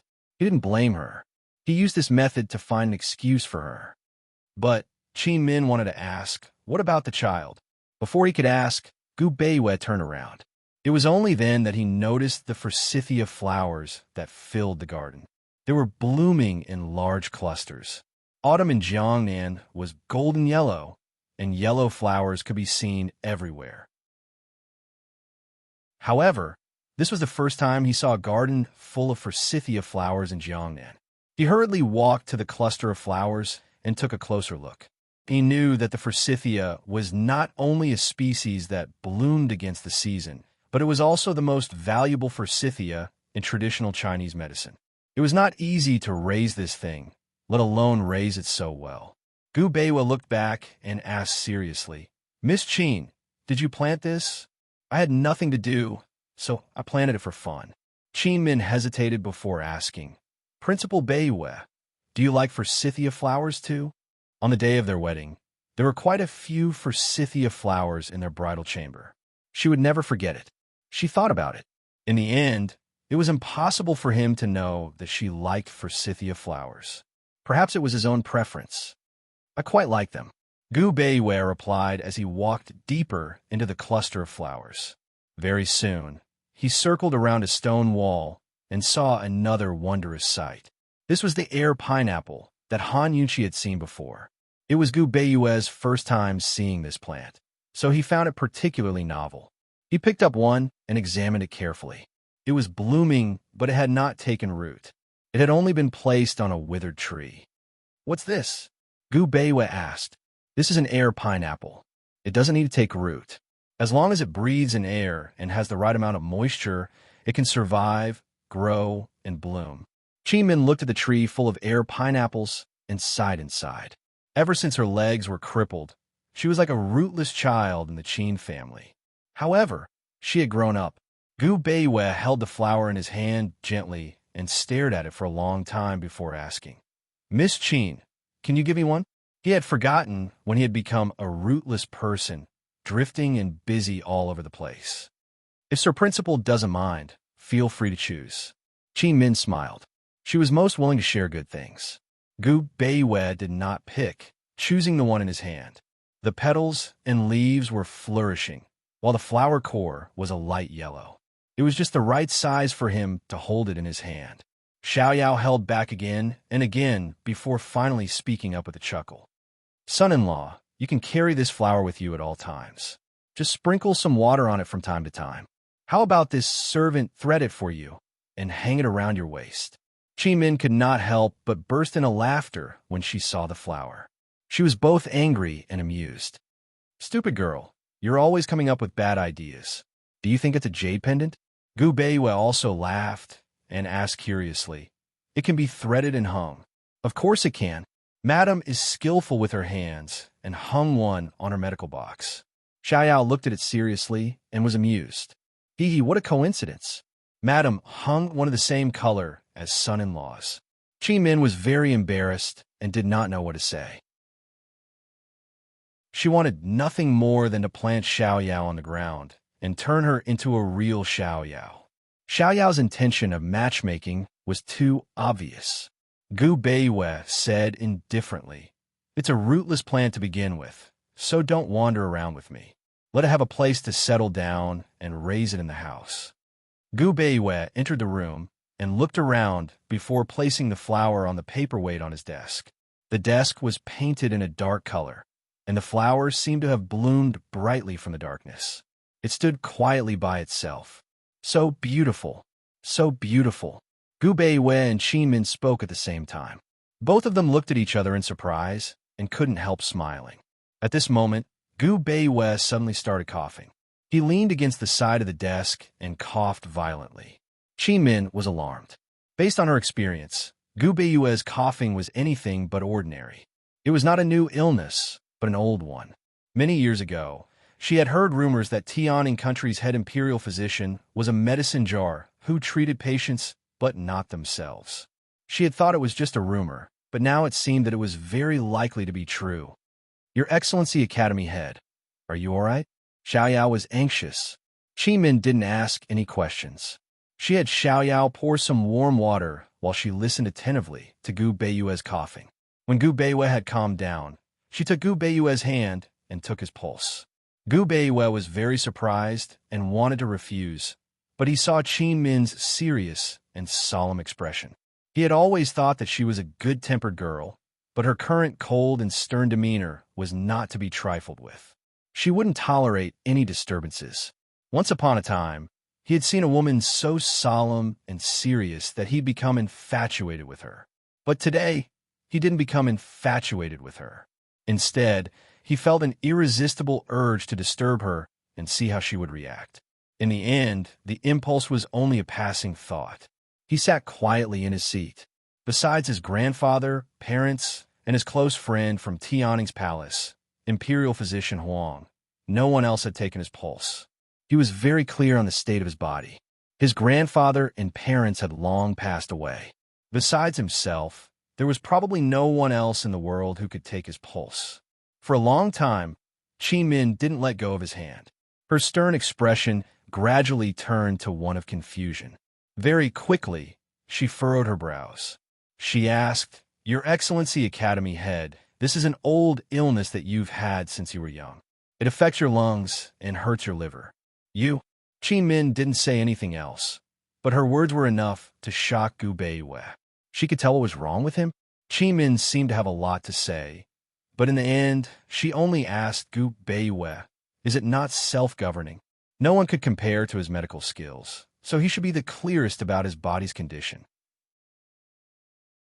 No matter how much she said, it would be useless. She only wanted an answer from him. Yes or no. Her brows were furrowed so tightly that he wanted to reach out and soothe her worry and tension. It can be cured. I've been busy lately and forgot to soak in the medicinal soup, he replied mildly.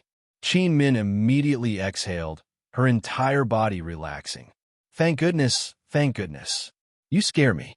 As soon as the words left her mouth, she realized that something was wrong. She looked up to see Gu Beiwei staring at her, his eyes filled with astonishment. She felt awkward and didn't know what to say. Her ears turned red. She was quick-witted and found a topic to talk about. Your Excellency Academy head, with the current situation, what should we do about the child you brought in? The child she brought in was already a year old. He'd been with his wet nurse all this time, so Qin Min hadn't seen him yet. Gu Beiwei fell silent for a while, then sighed helplessly. If he'd known earlier that her legs could be cured, he wouldn't have married her and wasted her entire life. With her medical skills and looks, she wouldn't have to worry about marriage if her legs weren't crippled. Eldest Miss Qin, this one still wronged you in the end. Qin Min was stunned by his words. Xiaoyao blurted out, son-in-law, you don't want madam anymore? Gu Beiwei ignored Xiaoyao. He looked at Qin Min and said very seriously, Eldest Miss Qin, if you want to leave one day, just divorce me. Jiangnan is a good place. If you want to live here incognito, just let me know. Qin Min didn't move and didn't reply. Gu Beiwei stood up. His Highness and the others won't be coming tonight. If they come tomorrow, you don't have to say anything. I'll deal with them. There's no need to leave the door open tonight. I'll be back tomorrow. Gu Beiwei stood up and left as he spoke. Only when he was far away did Xiaoyao recover her senses and chase after him. Son-in-law, son-in-law. When she reached the door, he was long gone. Xiaoyao hurriedly turned back. Madam, where is son-in-law going? What son-in-law said just now, Xiaoyao was flustered. She thought that son-in-law would stay for a long time this time, but who knew that things would turn out like this? Madam, son-in-law, what does he mean? Xiaoyao didn't understand what son-in-law had said just now. After a long time, Qin Min finally regained her senses. She muttered, Xiaoyao, I think I've fallen for him. What should I do? Xiaoyao was so anxious that she cried. Madam, you've liked son-in-law for a long time. Have I? Qin Min looked up and bit her lip. Gradually, her eyes reddened. Chapter 1276. Late at night, Qin Min sat on a withered tree, staring blankly at the moon in the sky. However, she didn't stay for long. Soon, she jumped down from the tree and returned to her room. Madam, why don't we leave the door open? Xiaoyao hurriedly asked. What if the son-in-law wanted to come back? Once the son-in-law left, even the servants left with him, leaving only the two of them in the residence. He's a man of his word. He won't come back, so there's no need to keep him. Qin Min replied indifferently. Madam, Xiaoyao chased after her, but Qin Min ignored her. Xiaoyao chased after her, but in the end, she couldn't help but ask, Madam, you're upset, right? Very upset, right? Sleep, Qin Min said indifferently. Madam, if you're upset, just tell this servant. If you're upset, don't hold it in, or you'll develop a psychological problem. A psychological problem can't be cured. Just tell this servant whatever's on your mind. Don't hide your sadness. Qin Min walked faster and faster, and Xiaoyao chased after her even faster. She kept chasing after her. Madam, say something. This servant is begging you. Just say one sentence. This servant knows all about the bitterness in your heart. You haven't said anything all night, and you've been upset all night. You're not normal. Qin Min stopped abruptly and became angry. You're the one who's not normal. She was fine at first, just a little upset. After hearing Xiaoyao's words, she felt that she should be very upset, but she had thought things through long ago. Gu Beiwei was that kind of person. When he married her, It was because her legs were crippled and she wouldn't be able to find a good marriage and would be casually married off to the Qin family. That was why he looked for her. The marriage was originally consensual, but when her legs recovered, he regretted it. He was a very, very good person. Ever since she recovered, he was afraid that the fake marriage would hurt her. What he had said today was actually the same as what he had said on a normal day. She really wasn't as upset as Xiaoyao said. She hadn't said anything all night because she was pondering something that she still couldn't figure out. Why did Gu Beiwei want to fake a marriage and give birth to a child? He was different from her. She couldn't get married, but if he wanted to marry, how many women in the world would run to Medical City? He could have found someone he liked, gotten married, and had children. Why did he have to use such a method to have a child? They wanted a fake Shadow Clan descendant? She pondered that there must be a secret behind this matter, and it must be a big secret. Only after Qin Min had walked far away did Xiaoyao chase after her. Xiaoyao refused to give up and said seriously, "But madam, you obviously like him a lot. I could tell from the start." Qin Min was slightly taken aback, but she quickly looked at her coldly. "I like him, so does he have to like me too?" "What reason do you have?" Peony had nothing to say, so she could only let the madam leave. That night, Gu Beiwei did not return. However, he didn't go far. He was sitting on the roof of the tea house at the end of the alley. He had never been so upset in his life. Even if he was facing the Empress, he could always think of the best solution in his most rational state. Now that he had a solution, he didn't have to worry anymore. However, when faced with Qin Min, he actually did not know what to do with her. He couldn't think of the best solution. He had never regretted his actions, but when it came to this marriage, he regretted it. A woman in the prime of her life was good in all aspects. Even her temperament was excellent. Why did she have to fall into this predicament? Originally, the marriage was already delayed, but today, her brows were tightly furrowed. She looked as if a burden had been lifted off her shoulders. Her words, thank goodness, you scared me," made him suddenly realize that he had not only delayed her life, but also her heart. Thinking of this, Gu Beiwei's lips unconsciously curled into a helpless smile. He muttered to himself, "Silly girl." The next morning, Gu Beiwei went back.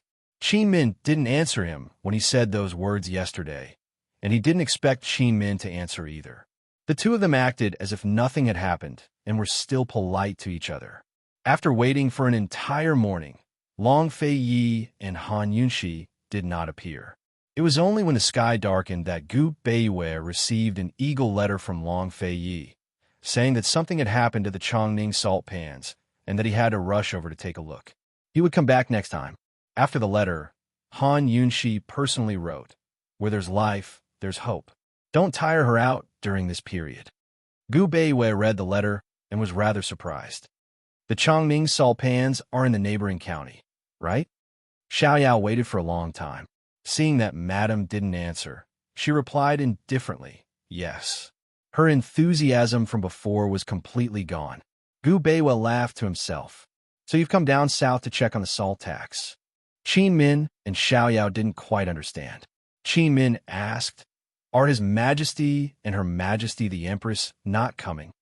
Gu Beiwei originally wanted to pass the letter to Qin Min, but he suddenly thought of the last sentence in the letter and put it back into his sleeve. He said, "Yes, they have urgent matters to attend to and won't be coming. Her Majesty the Empress wants you to have a good rest." Qin Min hurriedly said, "You must thank Her Majesty the Empress for me." Gu Beiwei nodded. He went outside the door and shouted. The bodyguard who had been hiding in the shadows all this time appeared. "Go call Shi Yuba and the others over. Bring the child over too." Qin Min and Xiaoyao looked at each other in shock. There were actually bodyguards hiding near this residence. How long had they been hiding? Qin Min anxiously whispered. "Could they have heard everything we said?" Xiaoyao chuckled. "Madam, don't be afraid. We're not lying. We're just telling the truth." Qin Min narrowed her eyes and looked over. Only then did Xiaoyao realize that she had been overjoyed and immediately shut her mouth. Not long after, Shi Yuba brought the wet nurse and the child over. The child was only a little over a year old and was a boy. They didn't know what his biological parents looked like. He was very good-looking, like a porcelain doll. His features were exquisite, and he looked like he was carved from jade.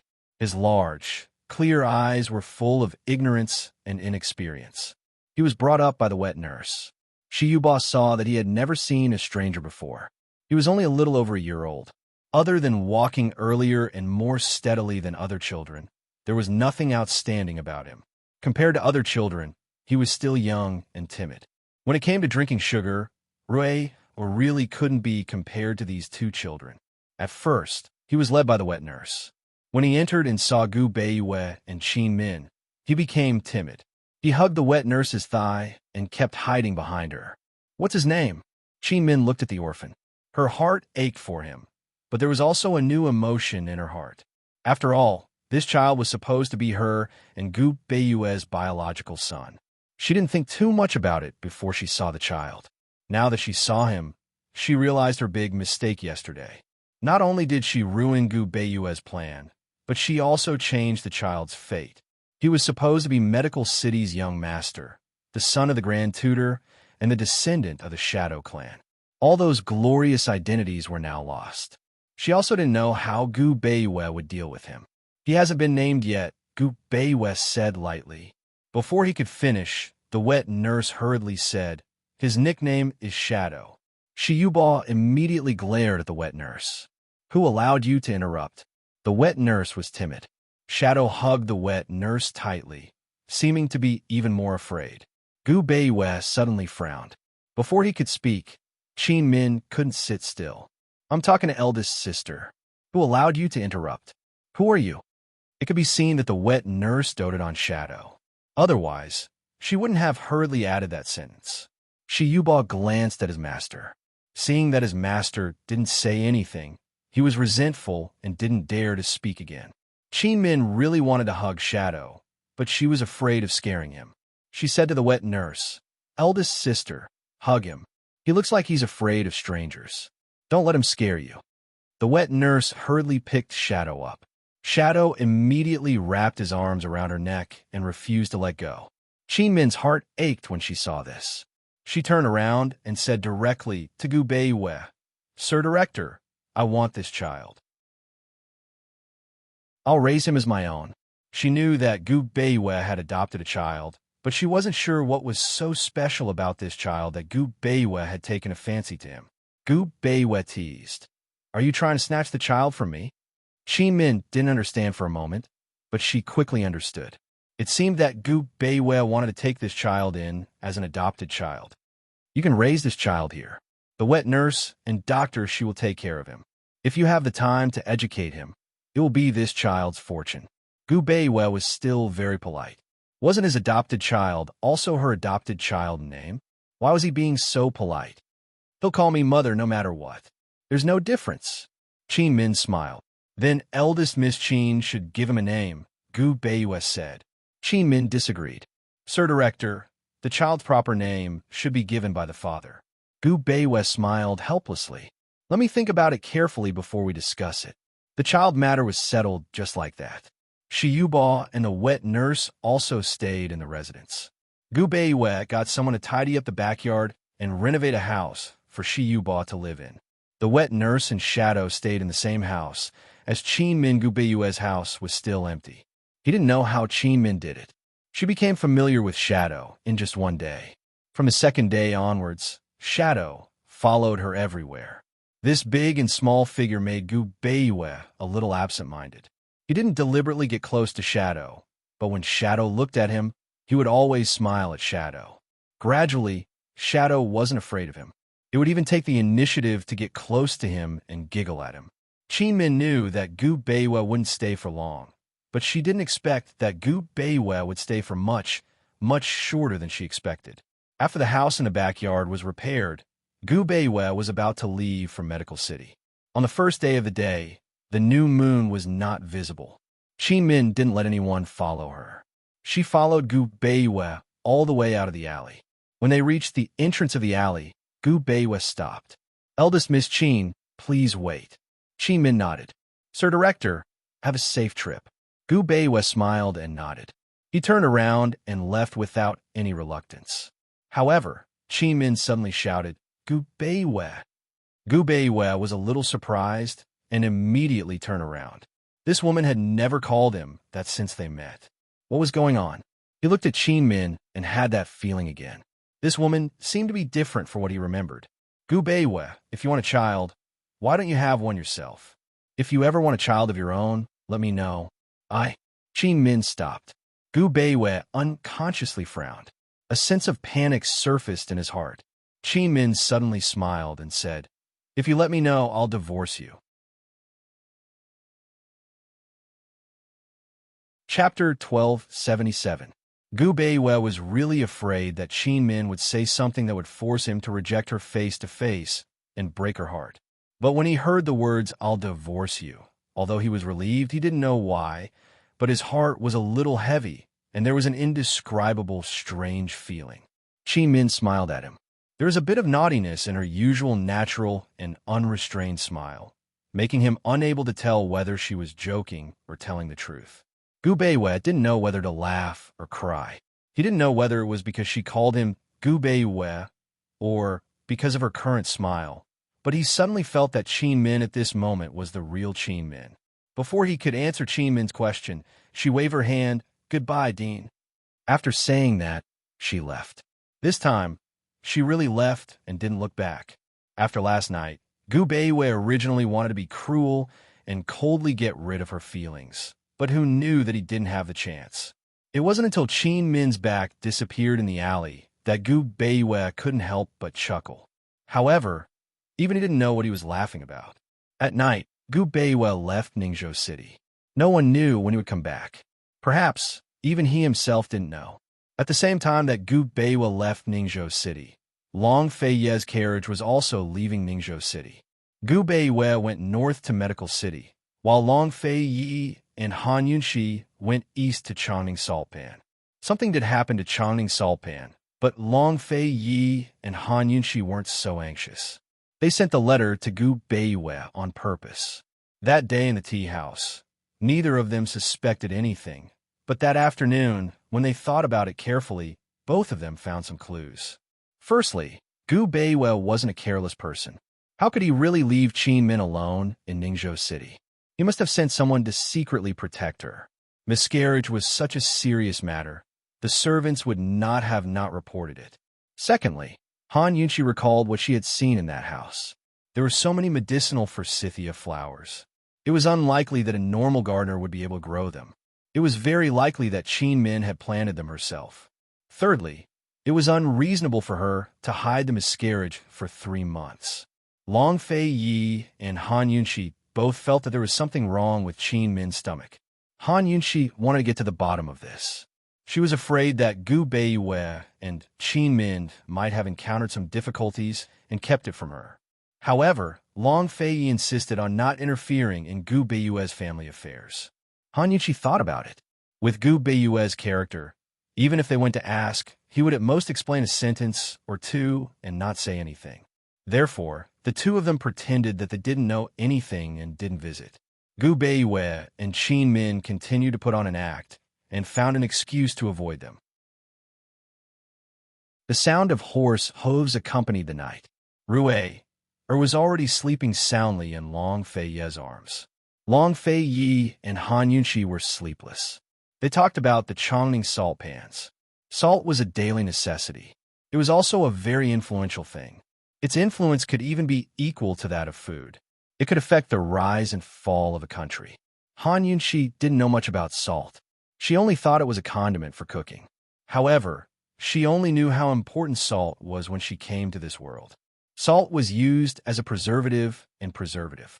However, few people could be like Long Feiye. For a fresh lobster, he spent more than 100 times the price of a lobster to get a pile of ice cubes. He even ran a few horses to death to send a fresh lobster to his residence to stew for Han Yunxi. In this world, without any freezing technology, the common people could only rely on salt to preserve vegetables, meat, and fish. Cloud Realm continent's eastern seafood, western and central meat, and northern dairy products could all be preserved for a period of time through salt processing. Then they could be sent to different parts of Cloud Realm continent for trade. That was how trade developed. Thus, Although each household used a small amount of salt each day, the amount of salt used across Cloud Realm continent was frighteningly high. Of course, the imperial court would collect salt taxes from salt merchants. Their annual salt tax revenue was dozens of times higher than other taxes. Duke Huan of Qi, one of the 5 hegemons of the spring and autumn period, relied on Qi's salt pans to collect taxes from all the merchants in the world. Long Fei Yi and Han Yunxi were heading to the Chongning salt pans, the largest in Cloud Realm continent. If something happened to them, the entire business world would be shaken. Great Qin's national treasury's income this year will be greatly reduced as well. Moreover, the salt pans involved the Aurora faction. There were thousands of workers and tens of thousands of people in charge of transportation. As long as the salt pans stopped working for a day, there would be tens of thousands of people with nothing to do and no money to earn. Logically speaking, such a large salt pans should be controlled by the imperial family. If they weren't, they should at least be related to the emperor. However, the 4 great clans of Jiangnan all own the place. Even if the Shao clan's assets were confiscated, the other 3 clans were still there to support them. This was their biggest money bag and something they wouldn't yield to the imperial court. Long Fei Yi had long set his sights on the salt pans. Otherwise, if the 3 great clans had used them to stir up trouble, it would have been a disaster. The new tax system had just been introduced this year, so Long Fei Yi didn't want to make his move so soon.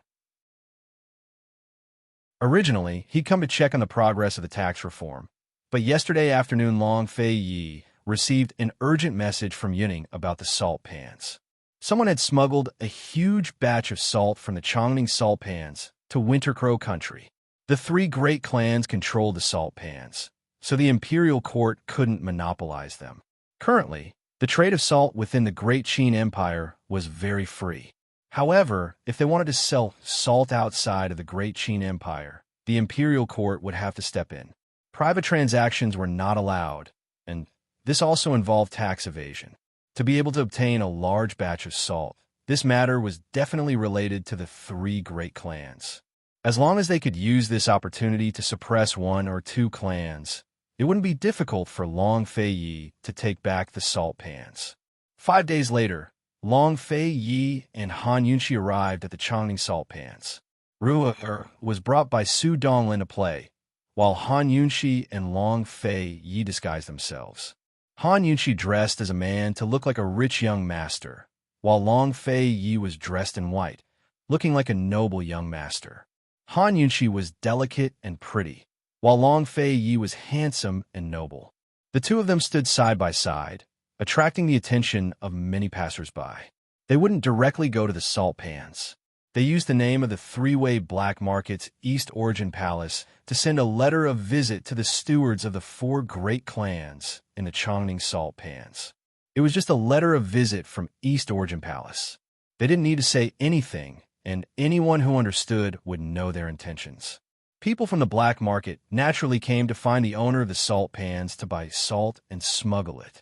Originally, it'd be difficult for Long Fei to investigate smuggling in secret, but East Origin Hall's background made things much easier for him. Many people knew that Yuning Chamber of Commerce had power in the 3-way black market, but Long Fei Yi had the most power in the 3-way black market, so not many people knew about this. In any case, the 3 great clans of Jiangnan wouldn't know. Long Fei Yi used the name of East Origin Palace's young master Yi. When the stewards of the 3 great clans saw this letter of visit, they were all shocked. The Zhou clan steward was the Zhou clan's 3rd young master, and the Murong clan steward was Murong clan's 9th young master. The Zhou clan and Murong clan were in-laws, so they wore the same pants. 3rd young master, Zhou, immediately looked for Murong clan's 9th young master to discuss. "Is he here to ask for goods from us?" 3rd young master, Zhou, said very cautiously. "He gave both our clans letters of visit at the same time. Could it be that he also gave it to the Xie clan? What does he want to do?" Murong clan's 9th young master asked, puzzled. "Lower the price." 3rd young master, Zhou, snorted coldly. "Then what should we do?" Murong clan's 9th young master had always listened to 3rd young master Zhou. 3rd young master Zhou thought for a moment and quickly said, Rather than our three clans fighting and letting him take advantage of us, why don't we find Xie Jun and work together to raise the price? The three-way black market's East Origin Palace is a place with real money. If the young master comes, it will definitely be a big deal. Muron clan's ninth young master immediately agreed. Who knew that before they could find him, Xie Jun came over and wanted to cooperate with them. The three of them hit it off immediately. This Xie Jun was the eldest young master of the Xie clan. He was 5 or 6 years older than third young master Zhou and Muron clan's ninth young master. He was a famous prodigal son in the three great clans. However, the Xie clan's internal strife was very fierce. His mother clearly knew that he was a prodigal son, but still insisted that he be in charge of the Chongning salt pans. Although he said that he was in charge, he was actually spending a lot of money. Xie Jun proudly said, "I've already made some inquiries. That young master, he only brought a friend over and is staying at Lu Rong Winery. I heard that he booked the entire Lu Rong Winery. He's really a rich master. This young master has only booked one floor. I heard my father say that the truly wealthy East Origin Palace is. Just wait and see. Once our emperor is done with his business, he will definitely clean up the three-way black market. East Origin Palace might be a target." Muron clan's ninth young master quickly said, We have to take advantage of the time when the emperor is going to search and confiscate property to get some money from him." Third young master Zhou laughed.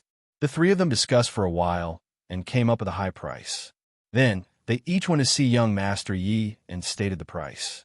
They still refused to budge. Long Fei Ye's move was just to test who dared to do business with the black market and smuggle salt.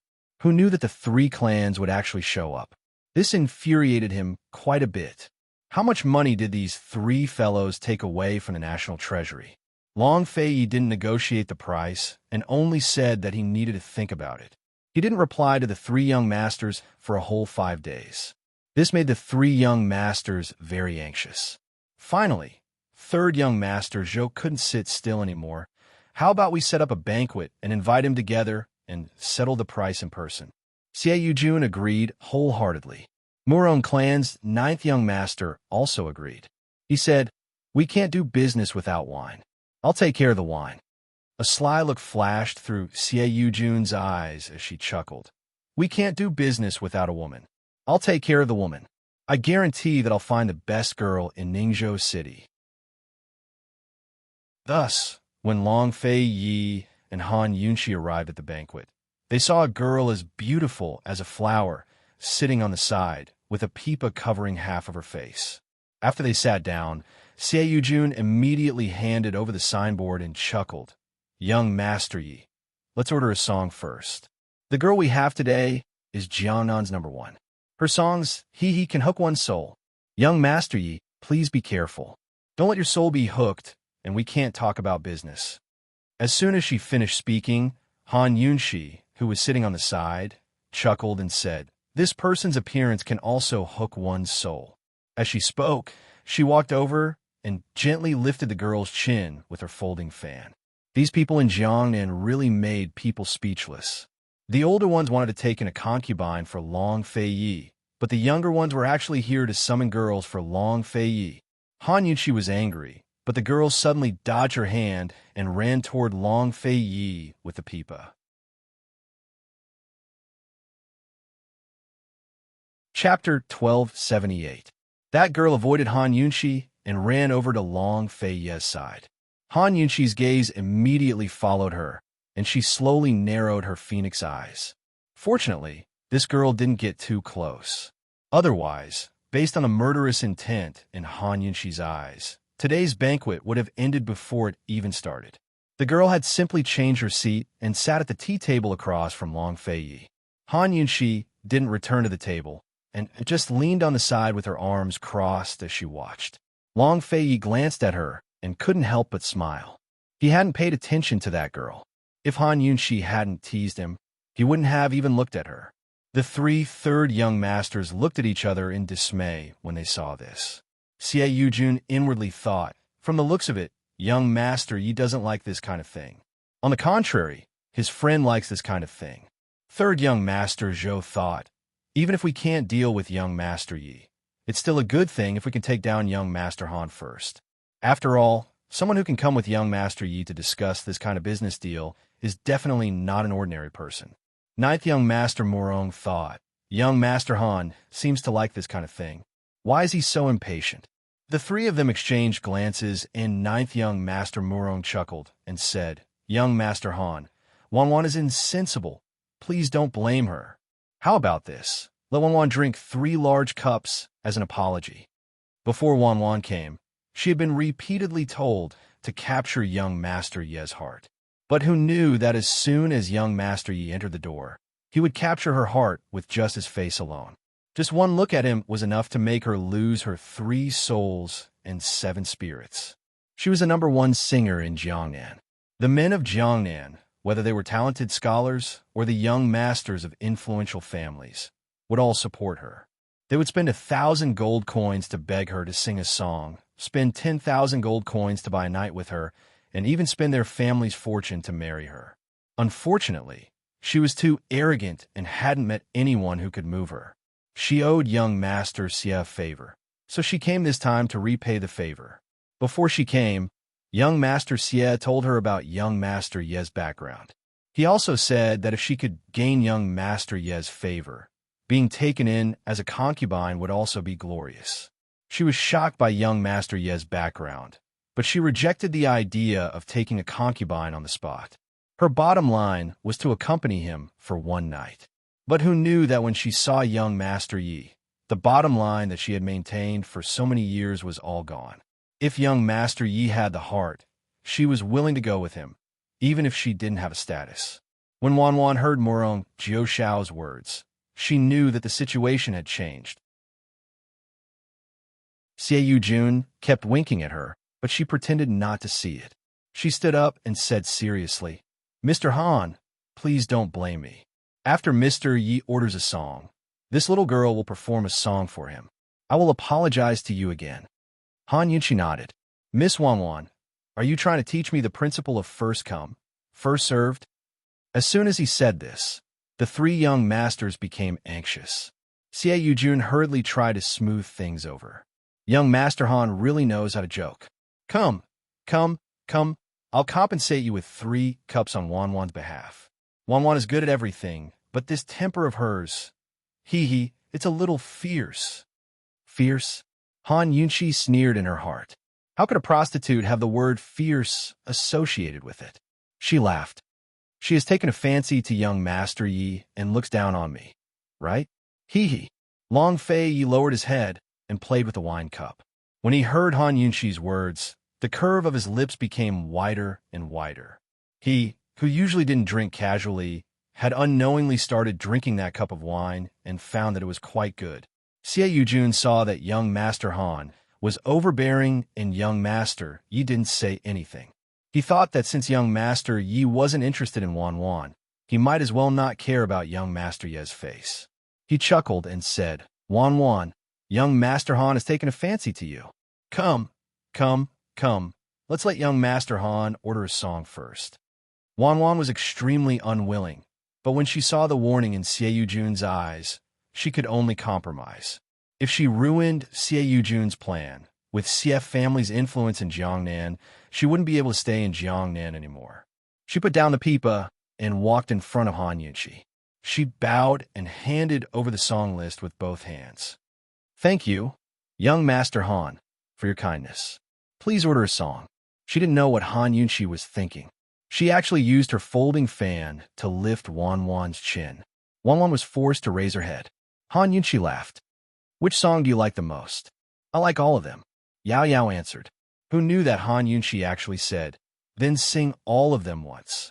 When she said that, Wanwan's face turned pale, and the surrounding 3 men were stunned. Sing all of them once? There were more than 30 songs on the list. Every song was especially long.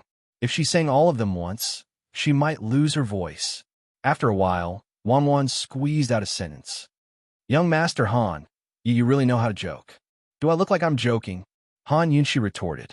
Wanwan immediately felt wronged and looked at Xie Yujun for help. Xie Yujun looked at Han Yunqi's serious face and didn't know what to do for a moment. He finally regretted bringing Wan Wan here. Wouldn't it be fine if they just talked about business? Young Master Han, if we finish singing all of them, it'll take an entire day, right? You won't be able to finish listening. As third young Master Zhou spoke, he looked at Long Fei Yi and said jokingly, "Young Master Yi, your friend really likes to joke. Why don't we get down to business first, then we can enjoy the song. Tonight, I'll be the host and arrange for everyone to go on a lake tour. Wan Wan can accompany you and serve young Master Han well tonight. What do you think?" He was clearly asking Long Fei Yi for help and wanted Long Fei Yi to give him face. When Long Fei finally looked up, he was actually smiling. However, he only smiled to Han Yunxi and said, all right, stop fooling around. Come over here." Han Yunxi was quite surprised. With Long Fei Ye's personality, as long as she caused trouble, he wouldn't interfere and let her do as she pleased. At most, he would help her clean up the mess after she closed up her stall. But today, he actually told her to stop fooling around?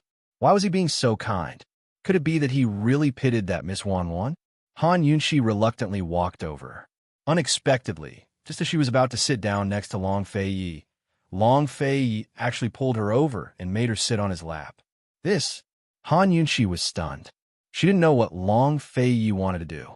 Although he had done this before and had carried her domineeringly in front of everyone several times before, this time, she was a woman dressed as a man. Long Fei Yi pulled Han Yunxi to sit on his lap and even wrapped an arm around her waist. He chuckled and said, all right, I won't listen to any songs. When we get back tonight, I'll listen to you sing, all right? The three masters of the three great clans were stunned, and Miss Wan Wan was even more stunned. The room was silent. An entire world seemed to have stopped. Only the song list in Wan Wan's hand slowly drifted to the ground. This young master, Yi, actually had homosexual fetishes. He liked men? So this overbearing young Master Han was actually his gigolo. No wonder he was so fearless and dared to find fault with Wan Wan. Looking at the shocked expressions of the four people in front of her, Han Yunxi finally understood what Long Fei Yi wanted to do. The young master of East Origin Palace has homosexual fetishes. This isn't a good reputation, right? She asked in a low voice. Long Fei Yi replied, as long as you're happy. He picked up the wine cup and drank it all in one gulp, then showed the cup to Han Yunxi. I punish myself with a cup. Are you appeased now? Han Yunxi didn't know whether to laugh or cry, but she still maintained a proud expression. She deliberately raised her voice and said sarcastically, let's see how you perform tonight. Hearing this, Wan Wan broke down even more. She was Jiangnan's #1 singer, talented and beautiful, but she couldn't compare to a man. She couldn't stay any longer. She glared hatefully at Xie Yujun and ran out, even abandoning her pipa. Only then did Xie Yujun and the others come back to their senses and look at each other. After they sat down, Long Fei Yi still didn't let go of Han Yunxi and let her sit on his lap.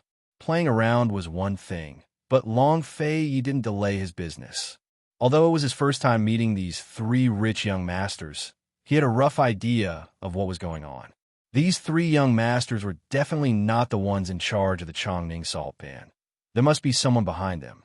The three family heads wouldn't hand over the Chongning salt pan to these three brainless rich young masters. He didn't want to waste time with these three insignificant people, but if he wanted to hide the real person behind them, he had to go through these three people. At first, they were just chatting, but as they talked, the anxious Murong Jiuxiao started to talk about the price. Price? Long Fei asked thoughtfully. Han Yunxi, who had been lying lazily in Long Fei Ye's arms, interrupted, what price did you sell it to others? Taxes were the money of the national treasury, the money of all the people in Daqin. Many places in Daqin were still waiting for the money from the national treasury to build roads and bridges, and a medical reform that Gu Beiyue and Ling had been preparing was also waiting for the money from the national treasury. The taxes that these people had missed, the taxes that they had stolen, all of it must be recovered. Not a single cent could be let go. When Han Yunxi said this, Long Fei Yi snickered in his heart. Even today, He often sighed at this woman's intelligence. He didn't know how many surprises she had yet to give him. Her words were actually very sensitive and could easily arouse the other party's vigilance. If it was him who said this, the other party would definitely be on guard. However, as a gigolo, she casually interjected, so everything seemed very natural. Different amounts have different prices. Xie Yujun replied with a smile. Different prices for different people? Han Yunshi snorted. I thought that Mr. Ye's face was big enough to give a friendly price. Xie Yujun wanted to pull Han Yunshi out of Long Fei Ye's arms and kick her out, but he could only smile. Of course I will give Mr. Yi face. Then tell me, is Mr. Yi your biggest customer? Han Yunshi asked again. Did this big mean more face or more goods? Xie Yujun didn't know how to answer for a moment, and third young master Zhou and Murong Jiushao also didn't know what to say. In fact, the smuggling business that they usually did was small, and they were all introduced by acquaintances, so the business was very straightforward and there were no complicated negotiations. Before Xie Yujun could answer, Han Yunshi continued to ask, Why don't you tell me, who was your biggest customer before? Chapter 1279. Xie Yujun couldn't figure out what Han Yunshi meant by the biggest. If they were talking about the biggest face, then it was definitely young Master Yi. If they were talking about the biggest order, then it was hard to say if young Master Yi hadn't asked for the goods yet. At Han Yunshi's question, Xie Yujun felt like a weight had been lifted off his shoulders. He immediately told her the largest order he'd ever handled. Long Fei Yi smiled and didn't say anything. Seeing this, third young Master Zhou and ninth young Master Morong couldn't sit still and also reported the biggest order they had handled and the price. Of course, the three of them deliberately quoted a high price. Since young Master Yi was the young master of East Arrival Temple, he naturally didn't lack money. Han Yunshi had long silently memorized the names of the customers they reported. These three customers were quite famous among the merchants, but they were actually involved in smuggling. When they went back, they would definitely take care of these guys. Young Master Yi, how much goods do you plan on buying? Xie Yujun impatiently asked.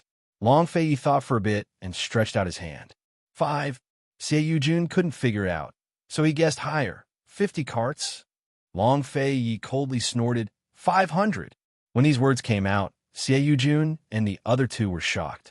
50 carts was already their highest estimate, but they didn't expect it to be increased by 10 times.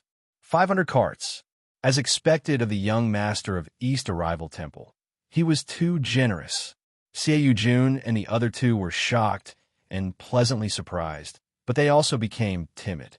It had to be known that they couldn't make the decision for such a large order. They couldn't steal that much salt. Moreover, they couldn't handle the transportation.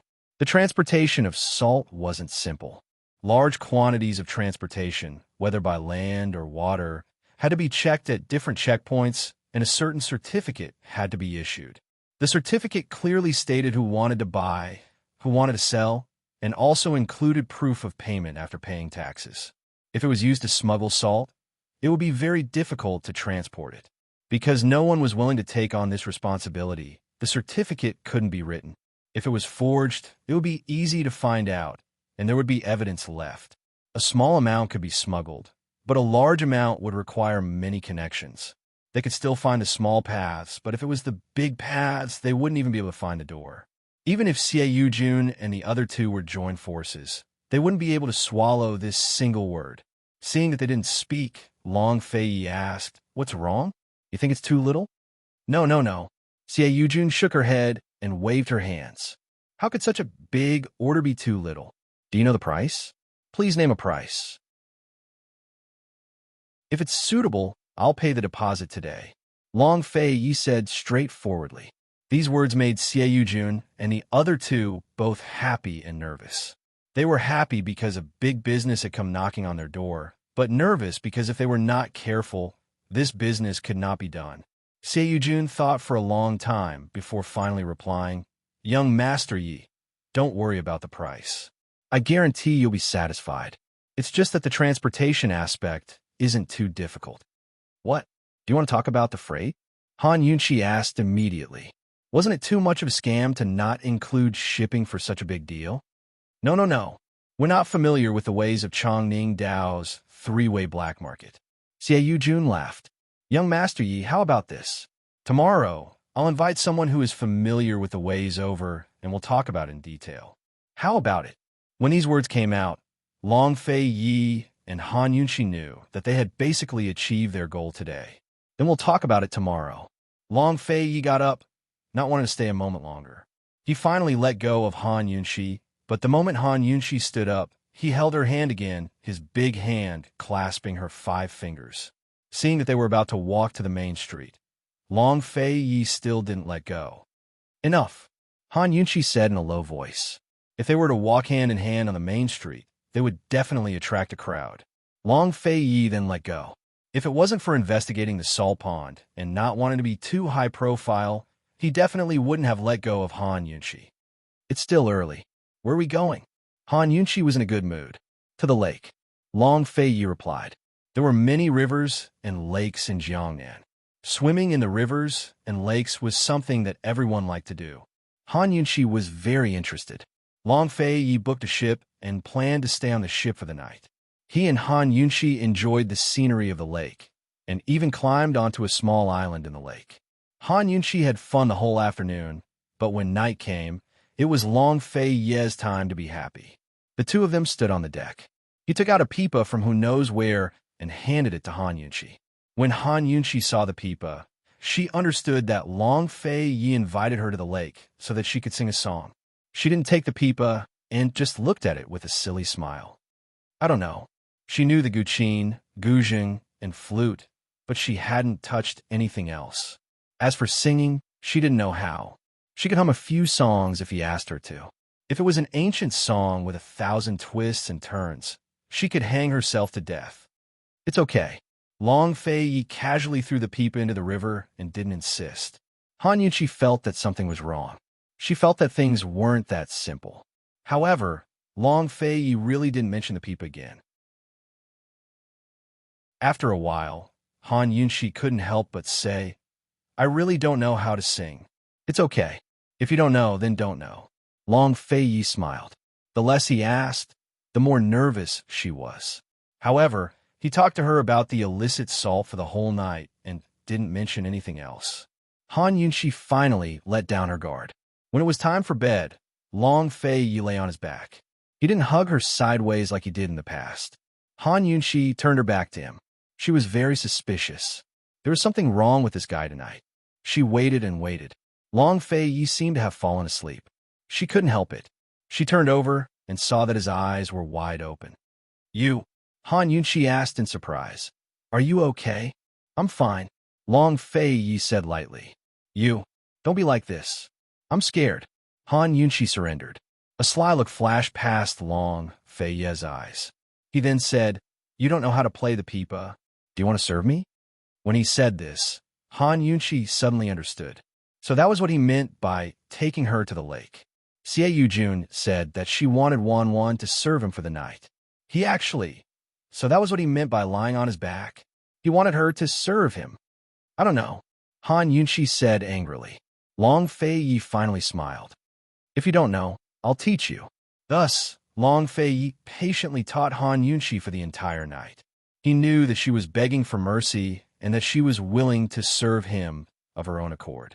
While Han Yunqi and Long Fei Yi were doing on the ship, Xie Yujun and the other two were worried all night. They couldn't come up with a solution.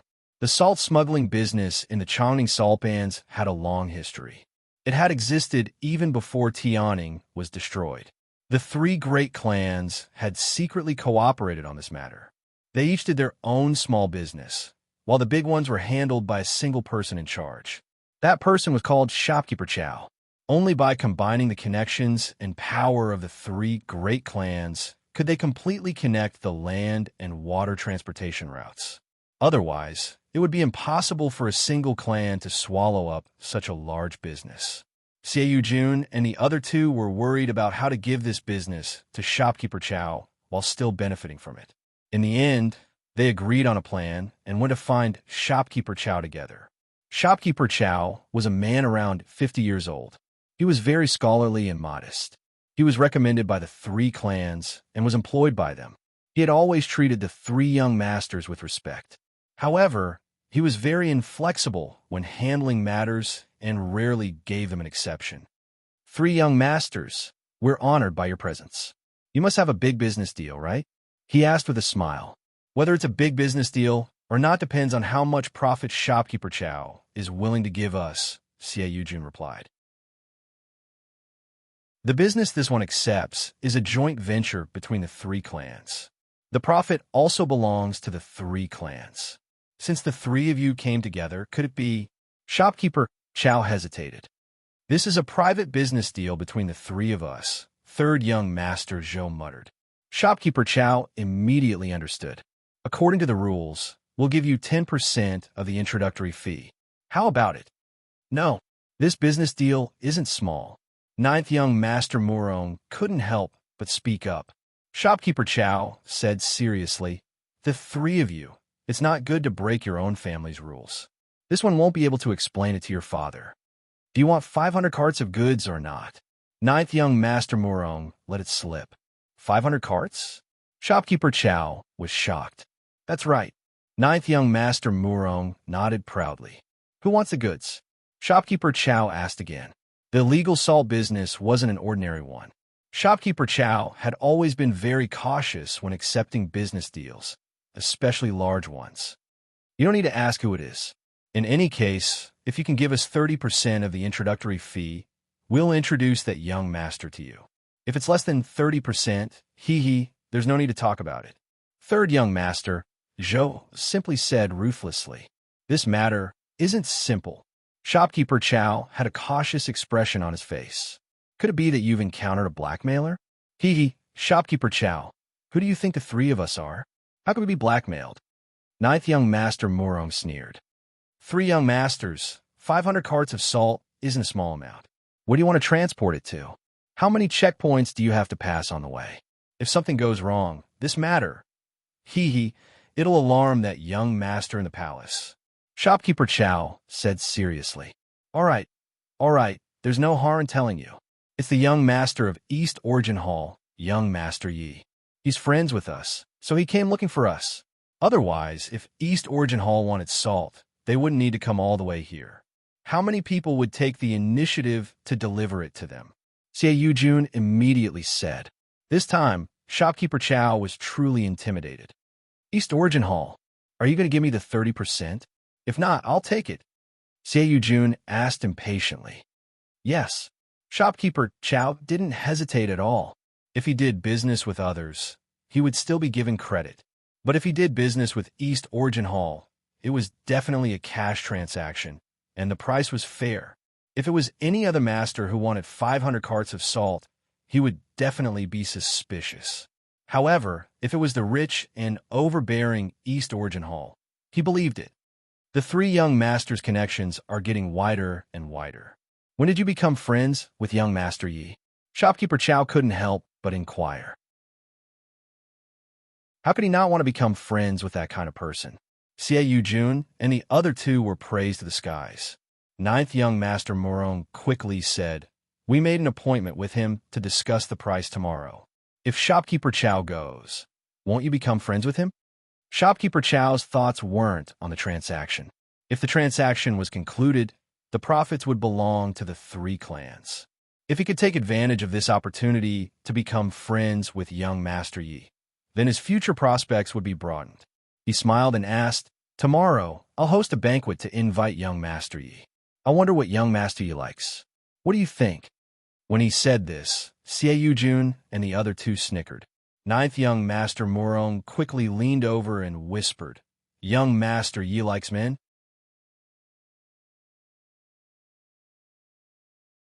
Chapter 1280. The next day, Shopkeeper Chow invited Long Fei Yi and Han Yunxi to a banquet, and Xie Yujun personally delivered the invitation. Long Fei glanced at the words, Manager Chow, and asked a few questions before getting the truth out of Xie Yujun's mouth. Shopkeeper Chow was the head shopkeeper recommended by the three great clans of Jiangnan, and he was the person in charge of the Changning salt pans. Even the young masters of the three great clans had to go through him for some small transactions. Shopkeeper Chow didn't interfere with small deals, and he only dealt with large ones. Long Fei Yi was investigating large deals, and he found out that there was a large batch of salt that was going to be sent to Winter Crow Kingdom. All he needed was a big deal, and it would be enough for him to gather all the evidence and punish these people for their crimes. Even if the three great clans pushed all the blame on his shopkeeper Chow, he could still use the excuse of improper management to implicate the three great clans and take back the salt pans. The reason why Long Fei Yi had appeared as the young master of the East Emergence Palace was because this identity was quite useful and could reduce shopkeeper Chow's suspicions. Moreover, the route from the Chongning salt pans to Winter Crow Kingdom was the same as the route to the three-way black market. He could find out a lot of information about Winter Crow Kingdom. That very afternoon, Long Fei and Han Yunxi arrived at the shores of Lake Tianming as promised. Manager Chow had booked a restaurant named Boat Restaurant, which cruised the waters of Lake Tianming all year round without ever docking. When shopkeeper Chow talked about large deals, he would usually book the entire ship. However, this time, not only did shopkeeper Chow book the entire ship, but he also cleared out the entire Tianming Lake and didn't allow any other ships to sail on it. Han Yunxi stood on the shore and waited for a small boat to dock. She sighed and said, "Long Fei Yi, that place is not only good for talking about business, but it's also good for talking about love." If one talked about business in the middle of the lake, the walls wouldn't be able to hear. If one kept a mistress in the middle of the lake, it would be extremely difficult to find out. Han Yunxi suddenly had the idea of doing business. She wanted to form a fleet of ships to take over all of Great Qin's lakes and set up a chain of hotels. Long Fei Yi was anxious for her to give birth to a daughter, but she always had all kinds of business experience. She wanted to be free for 1 or 2 years before having a second baby. If it weren't for Su Donglin and a bunch of Shadow Guard taking Rui Bao to play, she probably wouldn't have been able to come out with Long Fei Yi and would have had to stay in the hotel with Rui Bao. She didn't know if Long Fei Yi knew what Han Yunxi was thinking. He looked back and said seriously, "Empress, if you help me take down the Chongning salt pans, I will give you a lake and a boat." Han Yunxi was just about to happily express her thanks when she suddenly understood Long Fei Yi's special intentions. Recalling the events of last night on the ship, she immediately glared fiercely at him. No. Soon, a small boat arrived to pick them up. The person who came to pick them up was actually shopkeeper Chow himself. Thanks to Long Fei Yi's prank yesterday, Han Yunxi, who was disguised as a man, had no choice but to pretend to be clingy to Long Fei Yi. After some introductions and greetings, Han Yunxi and Long Fei Yi boarded the small boat, and the small boat sailed towards the large ship. On the way, Long Fei Yi hugged Han Yunxi's waist. Shopkeeper Chow secretly glanced at Han Yunxi a few times and felt very lucky. Yesterday, after he decided to invite this young Master Yi, he immediately rushed to Jinbin Prefecture and found 2 male pets to accompany him. Of the 2 male pets, one was gentle and beautiful, and was very good at music, especially the flute. Although the other one wasn't very good-looking, he had a good figure, tall and strong, and was full of masculinity. Shopkeeper Chow wanted to make friends with Sir Yi, so, of course, he had to cater to Sir Yi's preferences. When they boarded the ship, Han Yunxi and Long Fei Yi saw 2 men walking towards them. From their appearance, dress, eyesight, and posture, Han Yunxi and Long Fei Yi could immediately tell that they were male pets. Han Yunxi almost laughed out loud. Long Fei Yi finally burned himself playing with fire for once. Shopkeeper Chow must have heard about yesterday's incident from Xie Yujun, so he specially prepared these 2 male pets.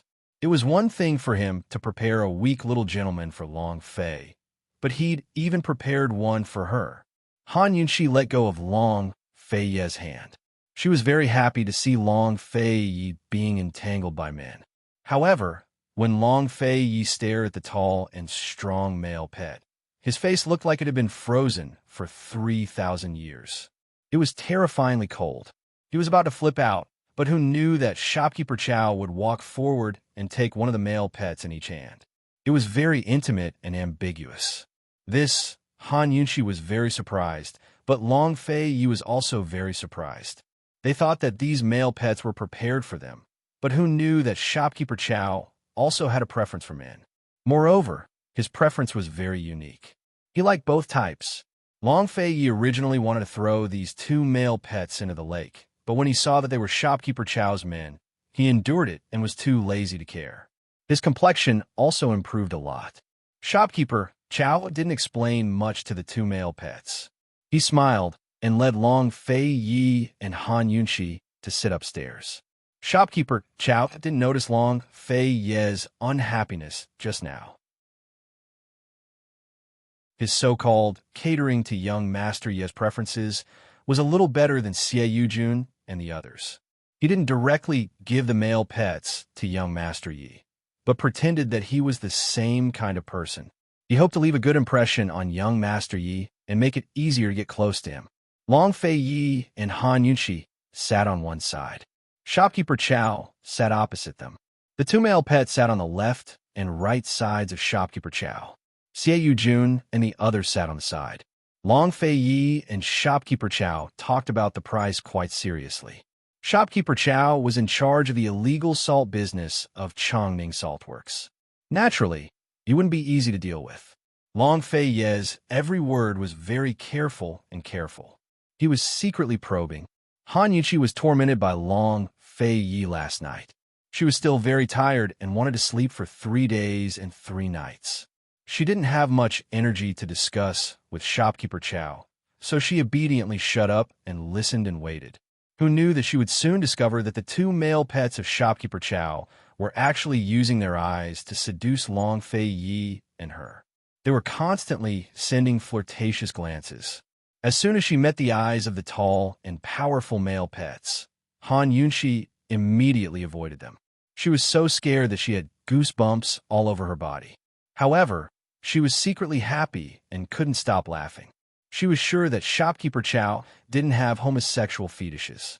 These two male pets were prepared for her and Long Fei Yi. She looked at Long Fei Yi. Long Fei Yi's attention was focused on Shopkeeper Chow's identity. He didn't even notice the two male pets. Actually, with Long Fei Yi's personality, even if he wasn't focused on negotiating with Shopkeeper Chow, he still wouldn't look at the two male pets. People that he didn't like, people that he didn't need, he would just ignore them like air. The more Han Yunxi looked at Long Fei Yi's serious appearance, the bigger the smile in her eyes became. She was looking forward to his reaction when he found out the truth. It would definitely be wonderful. In his life, he had been infatuated with countless women, including her. But in his life, he had never been infatuated with a man like this. He had never been thrown a flirtatious glance. At this time, Long Fei Yi was discussing with Shopkeeper Chow about the smuggling route. Shopkeeper Chow was quite cautious and didn't take the initiative to mention which route. Even if Long Fei Yi asked, he would just beat around the bush and talk about other things. Young Master Yi, you can rest assured about the transportation. As long as you give me a suitable deadline, I guarantee that I can deliver it to the three-way black market on time. Shopkeeper Chow seriously said, "It's not the three-way black market." Long Fei Yi's words stopped here. A complicated look flashed through Shopkeeper Chow's eyes. If it's not the three-way black market, where does young Master Yi plan to store it? The transportation of such a large batch of goods would be investigated. It was also very dangerous to store it. If it was discovered, it would definitely be suspected. Long Fei Yi looked at Shopkeeper Chow and didn't say anything. Shopkeeper Chow was quite patient and didn't pursue the matter. However, someone on the side couldn't help but ask, "Young Master Yi, could it be that you're not storing the goods and are going out directly?" Many smugglers would store their goods in the three-way black market and sell them when the price was high. Young Master Yi wanted a total of 500 carts. If he wasn't storing the goods, where is he going to send them? Even if Winter Crow couldn't digest so much salt in a short time. Long Fei Yi's lips curled into a cold smile, but he still didn't say anything. Since he didn't say anything, Shopkeeper Chow couldn't help but try to guess his thoughts. If it was purely storing the goods, then there was no need to buy the illegal salt. If he wanted to buy the illegal salt, then he would have to sell it outside the Great Qin Empire. Right now, Winter Crow was the only place outside the Great Qin Empire. Shopkeeper Chow had always thought that young Master Yi wanted to store the goods in the three-way black market and then sell them in batches to Winter Crow. Looking at the current situation, he couldn't figure out what young Master Yi was thinking. He probed, "Young Master Yi, what you want isn't a large amount. Winter Crow definitely won't be able to handle such a large batch of goods in a year or so." Long Fei Yi raised his brows and looked over, but didn't say anything again. The more he didn't say anything, the more uncertain Shopkeeper Chow felt. Based on his goal of befriending him for a long time, Shopkeeper Chow hesitated for a moment, then stood up and went over to express his goodwill.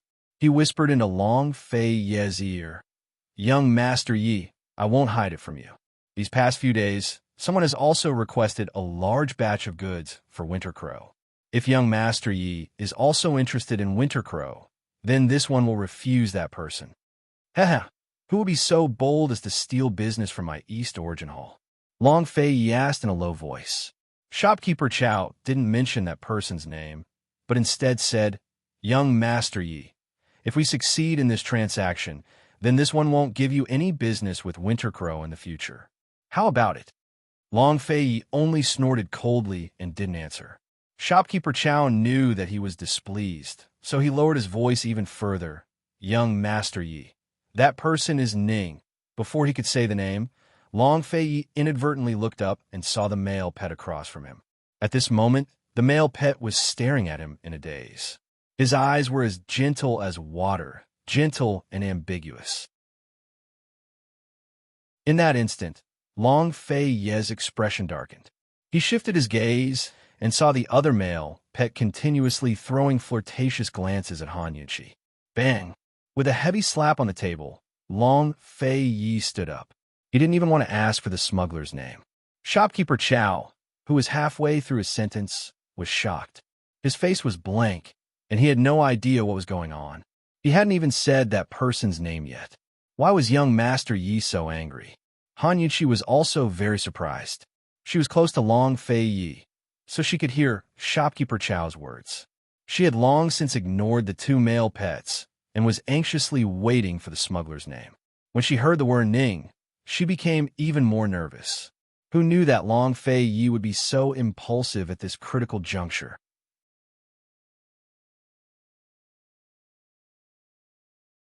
Chapter 1281. Long Fei's face was filled with uncontrollable rage. Before anyone could figure out what was going on, that handsome and delicate pet of his had already rushed in front of him to comfort him. "Young Master Yi, don't be angry. If Shopkeeper Chow said anything wrong, I'll make it up to you," the male pet said as he drank the wine. He finished it in one gulp and didn't forget to show it to Long Fei Yi. At the same time, he threw a coquettish glance at him. "Young Master Yi, this is the first cup." Soon, he poured a second cup. Holding the wine cup, his fingers curled up like an orchid. When the wine cup reached his mouth, his orchid fingers covered his eyes. However, his coquettish gaze could still be seen through the gaps between his fingers. He shyly stole glances at Long Fei Yi. Long Fei Yi's expression was really indescribable. Han Yunqi watched from the side and was on the verge of bursting into laughter.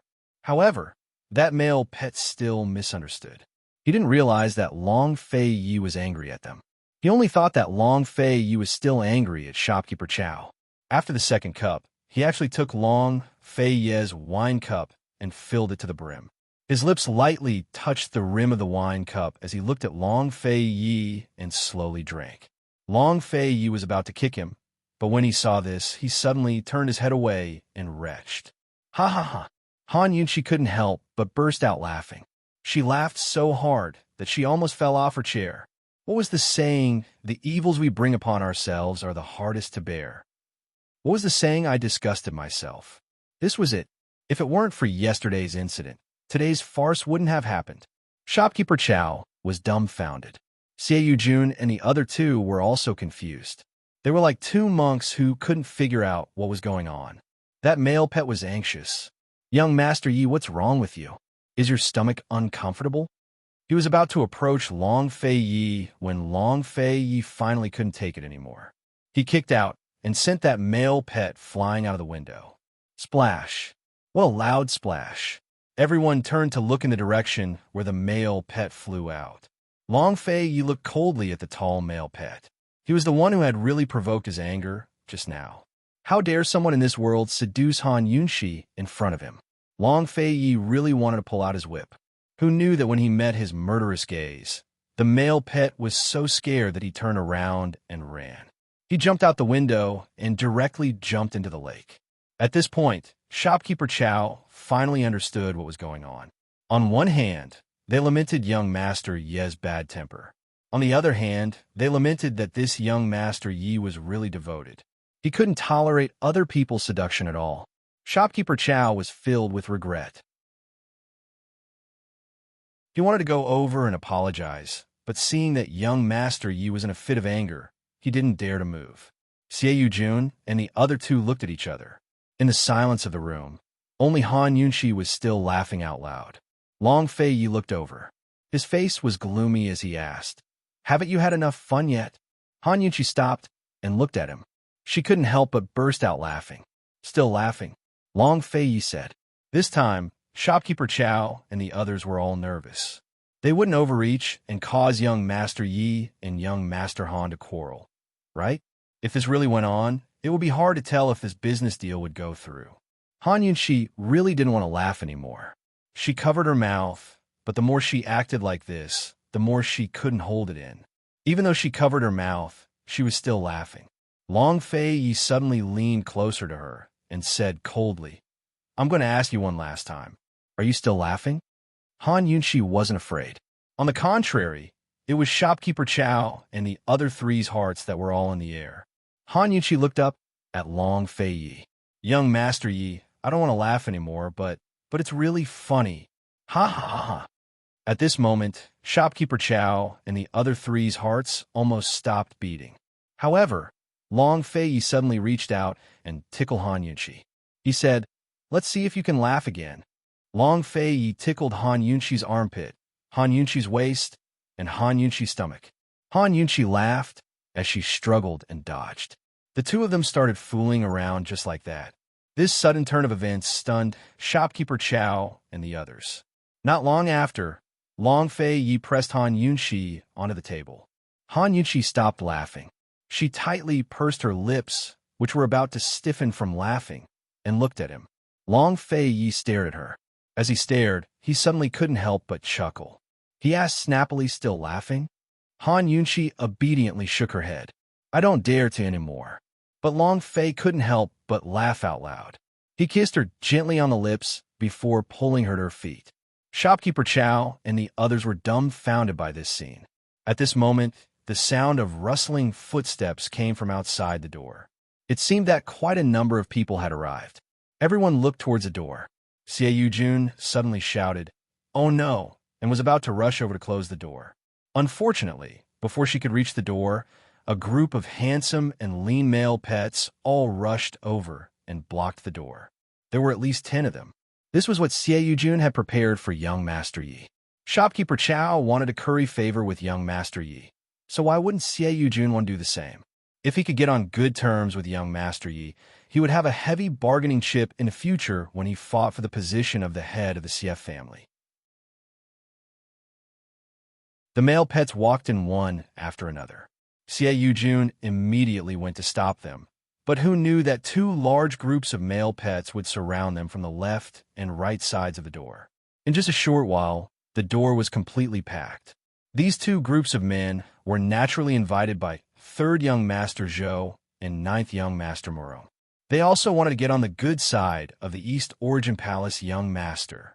3rd Young Master Zhou and 9th Young Master Moro were also anxious. They quickly followed Xie Yujun out to chase them away. Han Yunxi raised her head and glanced at Long Fei Yi. Long Fei Yi also happened to be looking at her. Seeing that Han Yunxi was about to laugh again, Long Fei Yi immediately covered her mouth and turned his head away, not letting her see his expression. Shopkeeper Chow looked at them and finally understood one thing. If he wanted to curry favor with young Master Yi and befriend him, He must first serve this young Master Han well. This was the true definition of catering to one's interests. After Xiaoyu Jun and the others chased away the large group of male pets, the surroundings finally quieted down. When they returned, shopkeeper Chow was apologizing to Long Fei Yi and Han Yunqi.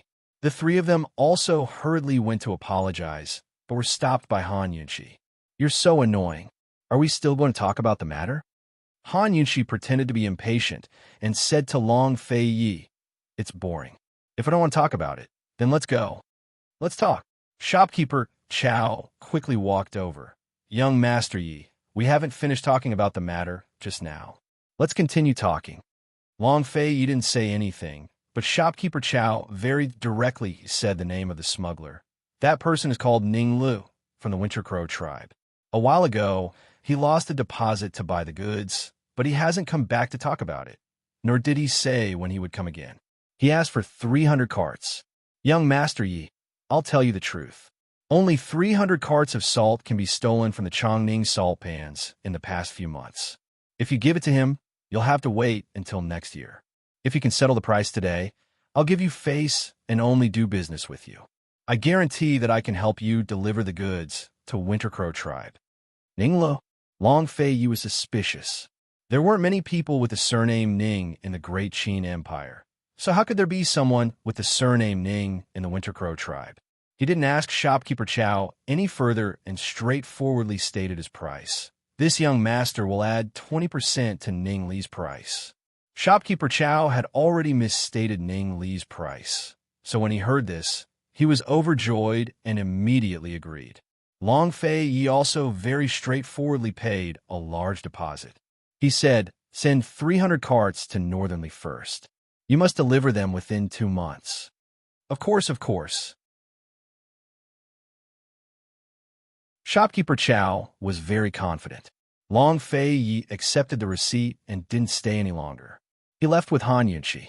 As soon as they returned to their residence, Han Yunqi hurriedly bowed and said respectfully and timidly, "Your Majesty, this concubine will definitely keep this concubine's mouth shut about today's matter. Please, Your Majesty, spare this concubine's life."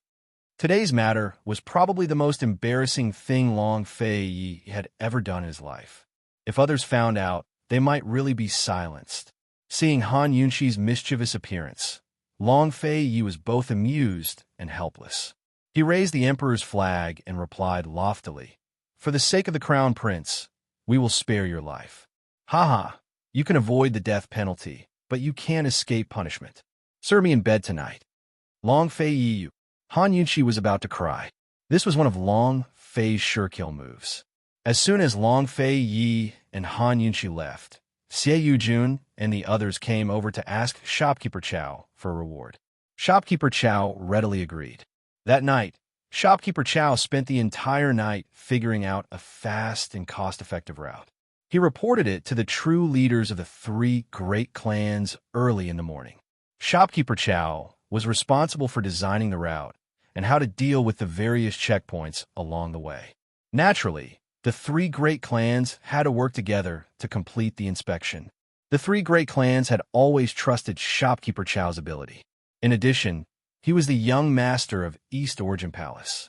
Therefore, although there was a lot of goods, it didn't arouse too much suspicion from the leaders of the 3 great clans. After asking shopkeeper Chow a few questions, they began to arrange this matter. Long Fei Yi and Han Yunqi didn't stay in Long Fei Yi for long. They only stayed for 2 or 3 days before leaving. On the night they returned from the negotiations, Long Fei Yi sent people to investigate the person who reported the illegal salt.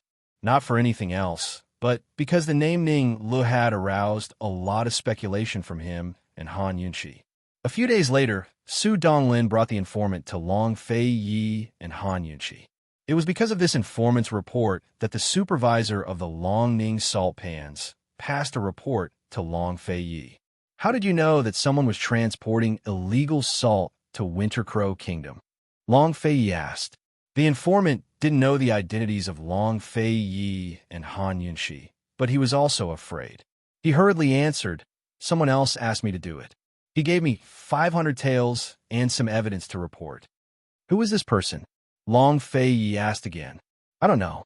The informant thought for a moment, then said, he covered his face, but he looked like an attendant.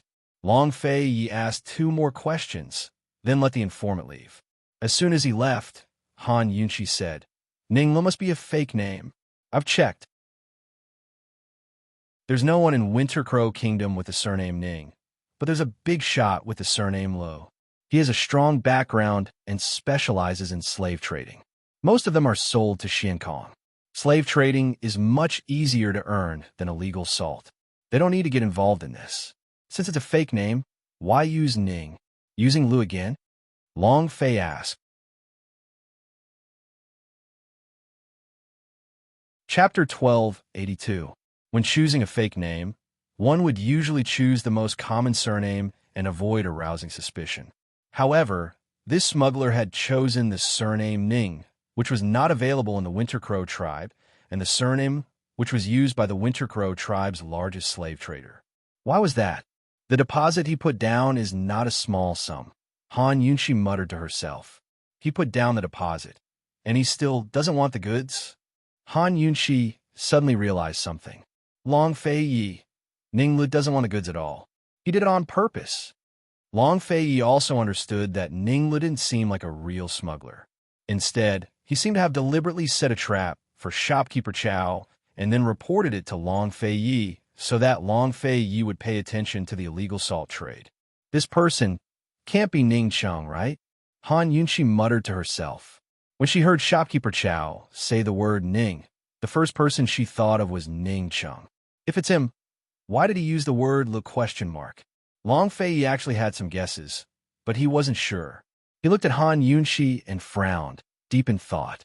If Ning Cheng had deliberately put down the deposit to attract their attention, would Ning Cheng remind them that the trafficker, Le Zheng, had set his sights on the Great Qin's illegal salt trade? If it wasn't Ning Cheng, then they had to find out who the smuggler was. Long Fei Yi and Han Yunqi didn't dare to jump to conclusions on this matter. They could only wait for news from shopkeeper Chow. With the trap that Long Fei Yi had set for shopkeeper Chow and shopkeeper Chow's eagerness to befriend him, they believed that as soon as there was news about the smuggler, shopkeeper Chow would tell Long Fei Yi. After leaving Chongning, Han Yunqi and Long Fei Yi continued their journey to the south. They were visiting incognito while waiting for shopkeeper Chow to deliver the goods. 10 days later, shopkeeper Chow sent out 100 carts of goods. Shopkeeper Chow was not careless enough to reveal the route of the goods to Long Fei Yi. He only said that the first batch of goods had been sent out, and it was estimated that they would reach the vicinity of the 3-way black market within a month. The weight of 100 carts of salt was not small. If it was purely transported by land, it would take at least 2 months to arrive. Long Fei Yi reckoned that this batch of goods should be mainly transported by water. From the south to the north, there was only one canal that could be used, and there were many checkpoints on this canal. Such a large quantity of goods actually dares to be transported through the canal. This is too brazen. Han Yunqi was furious. This meant that the 3 families of Jiangnan had a lot of shady dealings in the water transport industry. Long Fei Yi did not inform any of the local officials, nor did he alert the relevant high-ranking officials. He only sent people to investigate secretly. 5 days later, the second batch of goods was sent out. The time that shopkeeper Chow gave was also about a month. Without a doubt, the second batch of goods was also transported by water. 10 days later, the third batch of goods was sent out. This time, shopkeeper Chow gave them 2 months. Han Yunqi sneered. There are people in the river and on the shore. These locusts. Long Fei Yi still did not make a sound. He only sent his confidants to continue the pursuit. Like this, all the civil and military officials thought that the emperor and empress had gone to Northernly to investigate incognito. Long Fei Yi and the others were secretly investigating the illicit salt in Jiangnan. A month later, the first and second batches of illicit salt arrived at a large warehouse near the 3-way black market. Shopkeeper Chow sent a letter asking where Long Fei Yi was sending these 2 batches of goods to Winter Crow country. Long Fei Yi replied that he would send them together with the third batch of goods. A month later, the third batch of goods arrived as scheduled. 2 months of time, 2 months of tracking. Long Fei basically knew all the people involved in the transport of water and land from the south to the north. He also had evidence. There were many officials who had been bribed by the three families of Jiangnan. There were also those who had taken the initiative to curry favor with the three families. There were also those who were timid and had been forced by the three families. The matter had been investigated to this point, but Long Fei was still not in a hurry. He continued to use the name of Master Yi to have shopkeeper Chow send the first batch of goods to Winter Crow Country's Shaoshan Castle. This time, shopkeeper Chow actually gave him 1 month. A month. Han Yunqi was very surprised. It would take about 2 months to travel from the three-way black market to the border between northern Li and Winter Crow Country. The distance between the two places was not long, but there was no direct path to reach it. They had to go around many large mountains and even snowy mountains. It was also a long journey from the border to Shaoshan Castle. In total, it would take less than 3 months. Long Fei looked at Han Yunqi and did not speak for a long time. Could it be that they have another way to get to Winter Crow Country? Han Yunqi muttered to herself. I understand. Long Fei suddenly understood, and a cold glint flashed across his eyes. He said it must be Ning Cheng. Good fellow. So he was hiding in Winter Crow Country to ask for wine. Han Yunqi still did not quite understand. So Long Fei explained to her seriously. The horses of Winter Crow Country were of excellent breed and were most suitable to be used as war horses. The Northern Dynasty's emperors had spent many years and sent many envoys across the mountains to Winter Crow Country to buy horses, but they had never succeeded. But it was Jun Yixie who brought along a few imperial princes to complete the task. The route that Jun Yixie had taken back then was different from the usual route of the envoys. It was a secret route. Even in the cold winter, there was no need to worry about the snow blocking the way, and it could send the war horses to northern Li in a timely manner. The two princes had died at the hands of Jun Yixie, so the only people who knew about this secret route were Jun Yixie's people. The people of the Black Tribe later fell into the hands of Jinzi and Ning Cheng. Long Fei did not know whether Jinzi knew about this route. However, with Ning Cheng's personality, he would definitely find out about this route. Shopkeeper Chow and the others were able to send the smuggled salt to Winter Crow Country in such a short time, so they must have used this route that Jun Yixie opened. I understand, Han Yunqi muttered. After Northern Li was destroyed, all of Northern Li was under Jinzi's jurisdiction. Jinzi had been busy with disaster relief and reconstruction and could only relax this year. Jinzi hadn't reported anything about the secret route, while Long Fei had been so busy with Jiangnan that he'd forgotten about its existence. In other words, that secret route was not guarded at all, and there were no checkpoints. Whether it was smuggling goods or human trafficking, they could use this route. Ning Cheng had used the word Lu in his fake name, which was the surname of Winter Crow's biggest human trafficker, Lu Zheng. This was undoubtedly hinting that Lu Zheng had something to do with this matter. With Lu Zheng's ability in human trafficking, it was not difficult for him to find out about this secret route between the two countries. Whether Lu Zheng wanted to use this route to smuggle salt or human trafficking, or for other purposes, with his influence at the border, he must have the ambition to control this secret route. Since the three great families of Jiangnan knew about this secret route, there was no doubt that they were in cahoots with Lu Zheng. The three great families would not be involved in human trafficking, Han Yunqi said seriously. Long Fei, they must be in cahoots with each other to smuggle goods. Winter Crow Country is just a small place. How much business can they do? Lu Zheng was only involved in the slave trade between the mysterious continent and Winter Crow Country. The three great families of Jiangnan and Lu Zheng probably have their eyes on the mysterious continent. Han Yunqi was really angry. She had wanted to trade in tobacco, alcohol, and tea from the mysterious continent. She wanted to do it legally, but Gu Beiwei had advised Long Fei to raise the tariffs. But these people of Jiangnan were actually smuggling and evading taxes. They had originally come to investigate the illegal salt trade, but who knew that they would find out such a big thing? Ning Cheng is so considerate, Han Yunqi said seriously. Long Fei Yi said coldly, beating around the bush. Huh, he better not let me find him. Long Fei Yi and Han Yunxi immediately canceled their trip to the Plum Sea and headed north with Rui Er. When they passed by Medical City, they handed Rui over to Gu Beiwei, and the two of them continued north in plain clothes. After the batch of illegal salt entered northernly, they secretly looked for Jinzi. Jinzi was still the same. Even though he held a high position and had done a lot for the people of northernly in the past 2 years, he hadn't changed at all. He was still very thin and didn't like loose clothes. He wore tight black clothes, short hair, and thin fringe covering the corners of his eyes. He looked cold and gloomy. If someone who didn't know his identity saw him, they would think that he was a cold and taciturn killer. In fact, his martial arts could be said to be average. What he was best at was making money, and it was easy money. While cleaning up Ning Cheng's mess in northernly, he had secretly returned to his old business and opened an underground money house. Of course, the capital came from Mu Ling Er's gold card. He had already donated the large sum of money that Mu Ling had returned to him in various ways to deal with the disaster in northernly. The overdraft, or the part that he had scammed, was used as capital to open a small money house. Although it was a small money house, with his ability, it would become a big one in a year or two. He had been waiting for Mu Ling to come to him. After all, he had carefully calculated the amount. At this time, Kingan Money House should have already gone to Mu Ling to collect the debt. Unless Long Fei Yi, his brother-in-law, forgave Mu Ling Er's debt and blocked the gold card, there was no reason for Mu Ling not to come to him.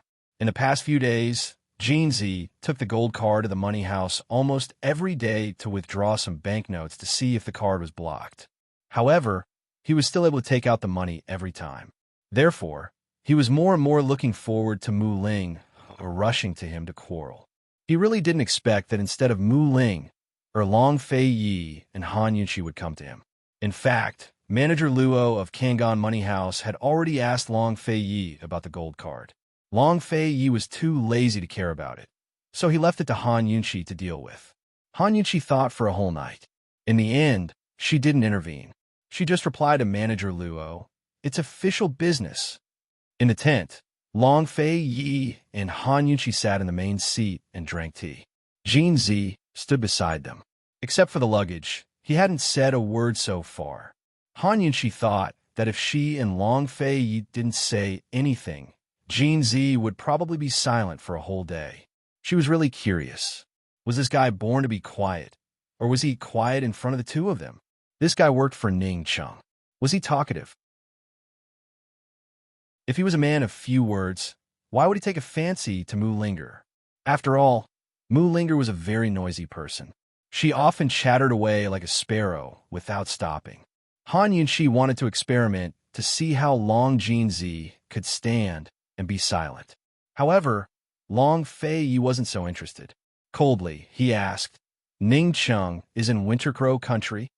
As soon as he said this, Jinzi immediately looked up. "Really?"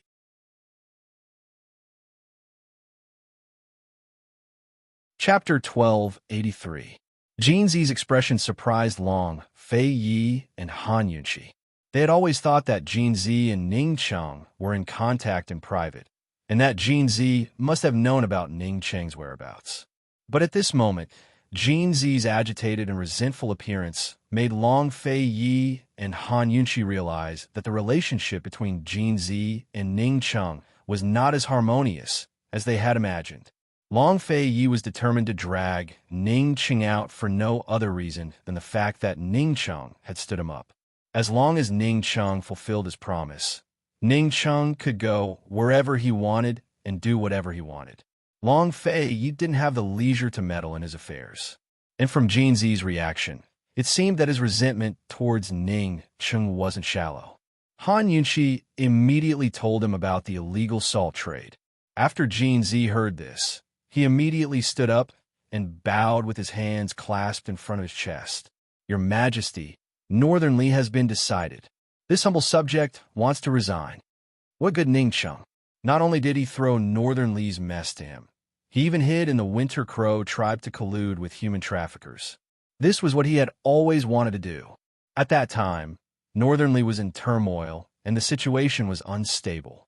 But now, even without him, Long Fei Yi could deal with the Black Tribe. There was no need for him to stay. Being an official was a hard job. He really couldn't do things that worried about the country and the people. He didn't even know how he had convinced himself to become an official for the people of Northernly in the past 2 years. He also wouldn't look for Ning Cheng. As long as he resigned, perhaps Ning Cheng would take the initiative to look for him. Long Fei Yi originally didn't like Jin Zi very much. Han Yunqi was even more wary of Jin Zi. After all, this guy's background and identity were still unknown. However, in the past 2 years, Jin Zi's performance in Northernly made Long Fei Yi and Han Yunqi admire and trust him. Long Fei Yi really didn't want to lose such a talent. Long Fei Yi did not stand on ceremony. Approved. Later on, when the new officials of Northernly destroy your bank, you'd better behave yourself. Otherwise, even if you've done a meritorious deed, we will definitely deal with you. Jin Zi was startled. He did not expect Long Fei Yi to know that he had opened an underground bank so quickly. However, even though he was shocked, he did not hold back. He snorted coldly and said, "There's no need to do anything. Tomorrow, we'll give out the money and close the door." However, no one expected that just as Jin Zi finished speaking, a very angry voice came from outside the door. "Jin Zi, come out." Surname Jin? No one here has the surname Jin. Jin Zi's surname was not Jin. Jin Zi's name was given because he liked gold. No one cared about the surname because everyone was very familiar with this voice. This was Mu Ling Er's voice. Just as the voice fell, they saw Mu Ling Er storming in from outside the tent, just like a gust of wind blowing towards Jin Zi. Jin Zi was stunned. Countless nights, countless daydreams, countless times he had imagined this lass appearing in front of him. Just like this, just like a gust of wind blowing in front of him. But just as Mu Ling was about to rush in front of Jin Zi, not knowing what happened, she suddenly fell flat on her face. A loud plop sound rang out. In a moment, the entire tent quietened down. Mu Ling laid on the ground, not moving at all. Han Yunqi and Long Fei Yi looked at her in disbelief. Jin Zi was even more incredulous. Such a flat road, and this lass actually fell down? She was originally full of vigor, but with this fall it was all gone. Long Fei Yi and Han Yunqi did not make sound. Just as Jin Zi was about to help her up, Mu Ling looked up first, covering her mouth and nose with one hand. When she saw Jin Zi approaching, her big, watery eyes immediately shot out a terrifying murderous intent, as if she wanted to cut Jin Zi into pieces with her gaze. Jin Zi stepped back and hid the heartache in his eyes. With a cold face, he asked, "Are you okay?" Mu Ling got up, her hand still covering her mouth and nose. She did not even realize that her sister and brother-in-law were also in the tent. She glared at Jin Zi fiercely and asked angrily, "Why did you swipe my gold card? You stole my money." Jin Zi almost laughed out loud, but he held it in. He said, "Mu Ling are you that rich?" "What do you mean?" Mu Ling asked in return. "The extra 200 million belongs to Kingan Bank. It doesn't count as your money, right?" Jin Zi replied. "You." Mu Ling almost fainted from anger. "But that's my card. You have to put all the money you spent on my account. Why are you pretending to be stupid? If you didn't steal from me, who did you steal from?" She was already very poor after returning the money to Jin Zi. Now that she had another 200 million in debt, she really wanted to bang her head against the wall and die. When she found out about this, she did not even care about Medicine City. She left Lil Fing behind and rushed straight to Northernly. Mu Ling waited for Jin Zi to explain. Unexpectedly, Jin Zi calmly replied, "Oh, you." Mu Ling was so angry and anxious that she stomped her foot. She covered her mouth and nose with one hand and pointed at Jin Zi with the other.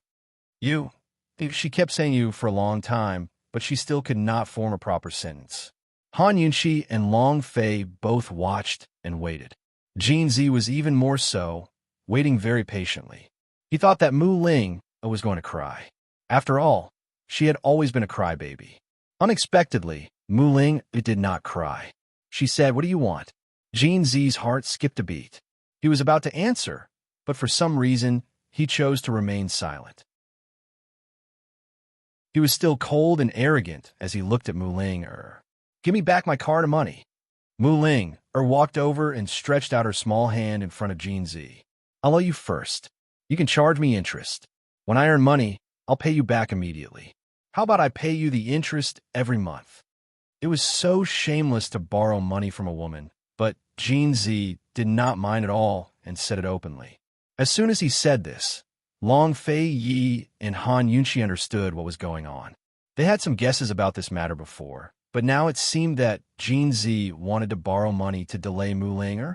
Although Jin Zi's bank was small, if he wanted to return Mu Ling the money immediately, he could do it. He would rather pay interest than continue owing her money.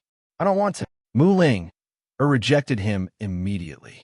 Jin Zi was very heartless. "Then I can't do anything about it. Anyway, I've already spent all the money."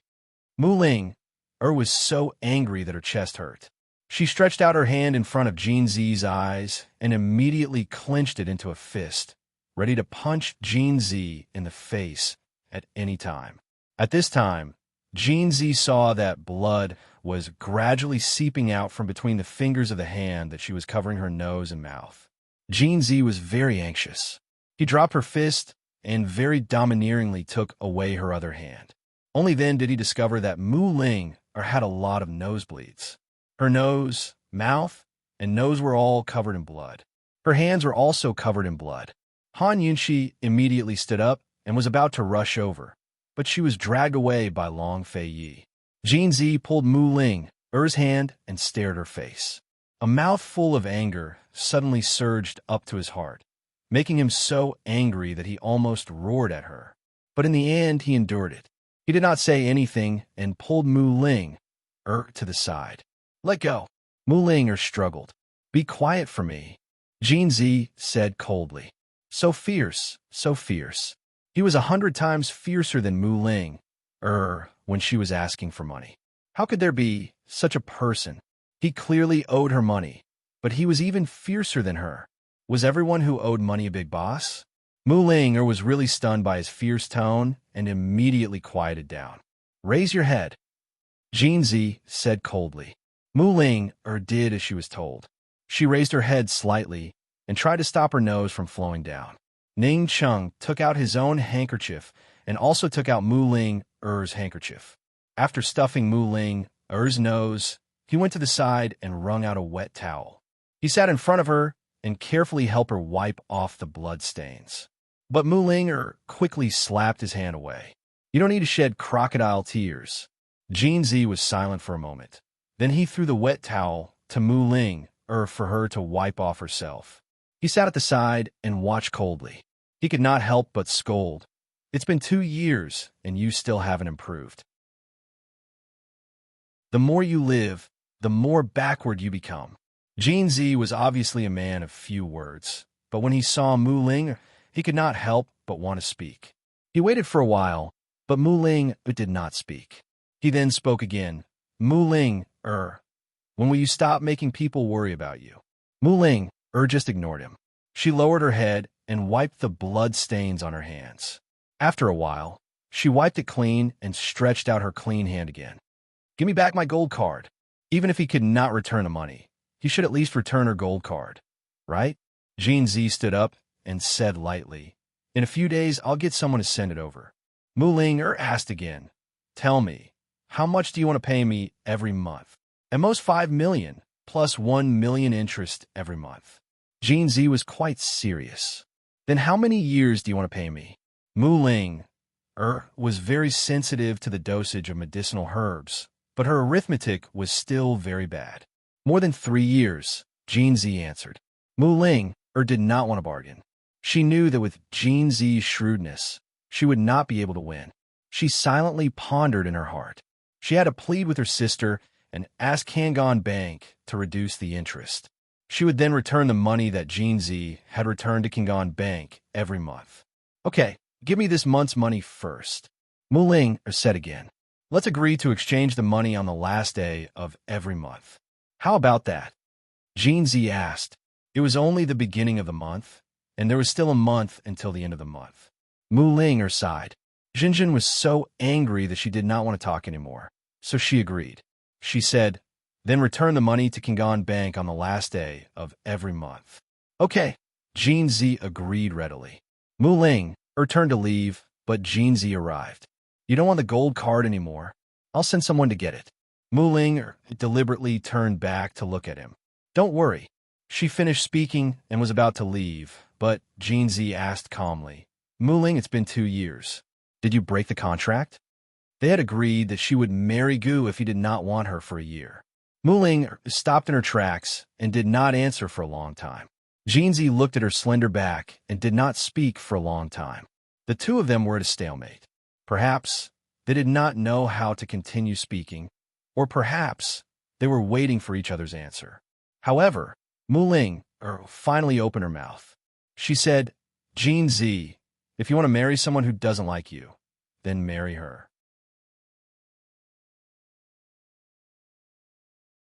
Chapter 1284.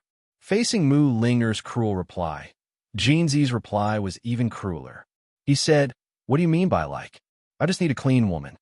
Mu Linger had originally calmed down, but after hearing this, her anger was immediately ignited again. He needed a clean woman?